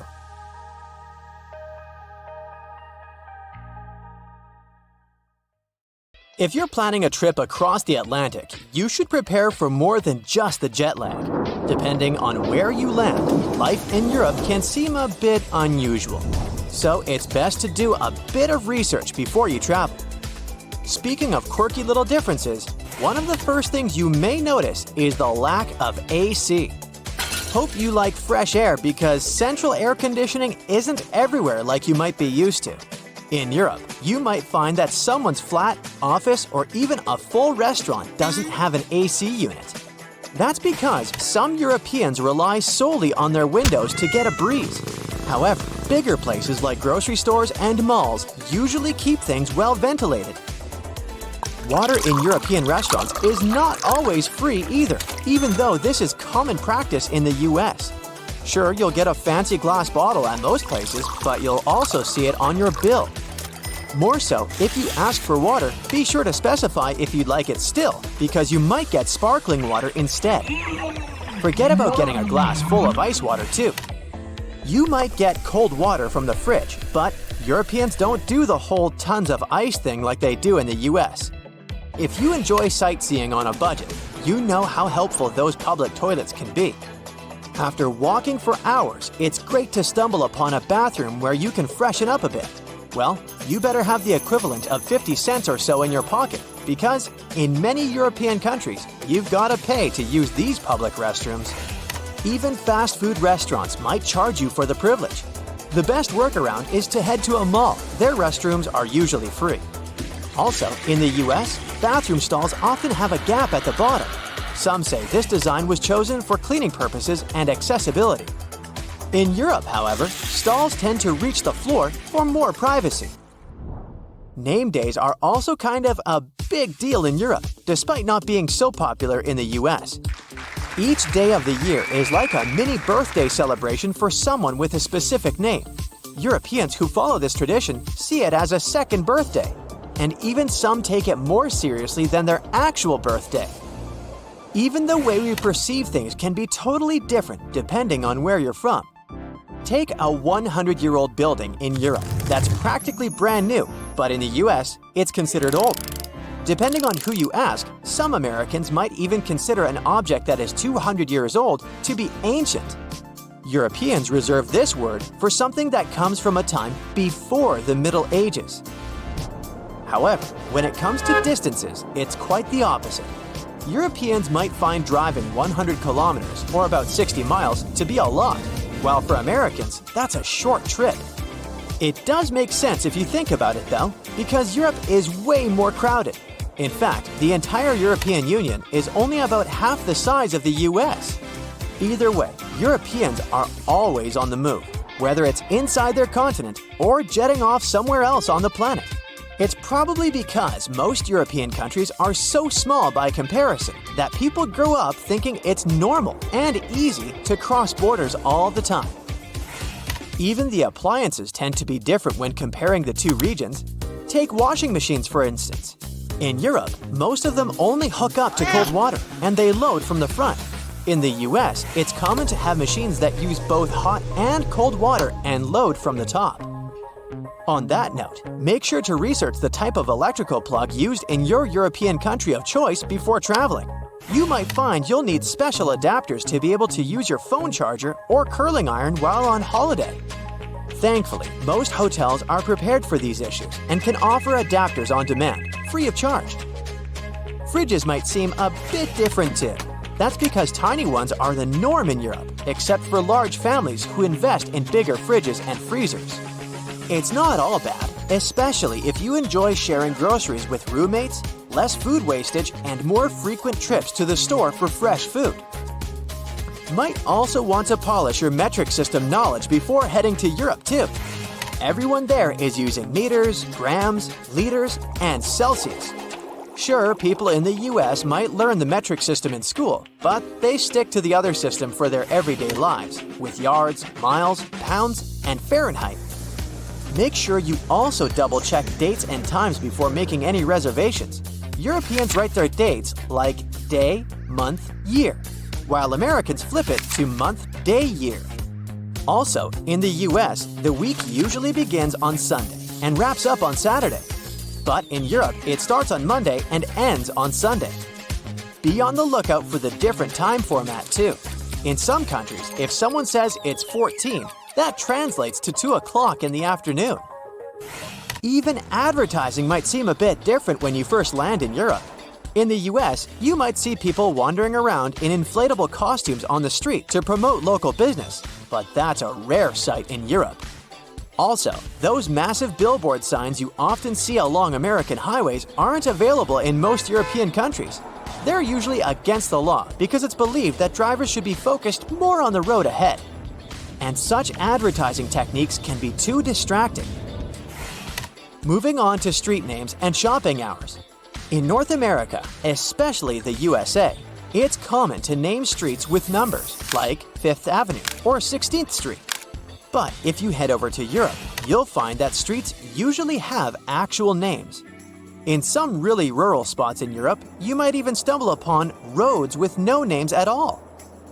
In Europe, there's also a cool tradition of naming roads that connect cities after the city they lead to. Shopping hours in Europe can be a bit confusing too, at times even frustrating. You've probably heard of the siesta in Spain, with some Mediterranean countries having similar customs. It's when shops and businesses take a little afternoon break. Smaller venues in European cities might close up for lunch breaks or have shorter hours on weekends. Some might even stay shut altogether on specific days. It's best to check out the local schedule if you're planning some retail therapy while traveling in Europe. Those shopping hours can really affect your plans and how easily you can get your hands on the stuff you need. While Americans tend to smile more, even to strangers, it can seem a bit unusual to people from other countries. There's a reason behind it though. You see, over the years, the US became this melting pot with people coming in from all over the globe. Being friendly and agreeable became crucial to bridge the gaps created by different cultures and languages. Sometimes it's more helpful to be nice than to be brutally honest. TV watching preferences can also seem different in Europe. Take Norway, for example, where you'll find this cool concept called slow TV. You know how we sometimes zone out in front of a show for hours? Well, Norwegians have turned that into a national sport, if you'd like. Think of it as the visual equivalent of background music. None of us get glued to the screen watching hours of wood burning or knitting marathons. But you might want to check it out when you need some background entertainment that doesn't demand your full attention. Speaking of taking things slow, you might have also heard about a concept called hygge. It's this whole way of life up in the Nordic European countries. Some think these life principles could be the secret to happiness. It's about creating a life that's free from annoying or overwhelming stuff. It's also about prioritizing your relationships and striving to always have a positive attitude. That's it for today. So hey, if you pacified your curiosity, then give the video a like and share it with your friends. Or if you want more, just click on these videos and stay on the bright side.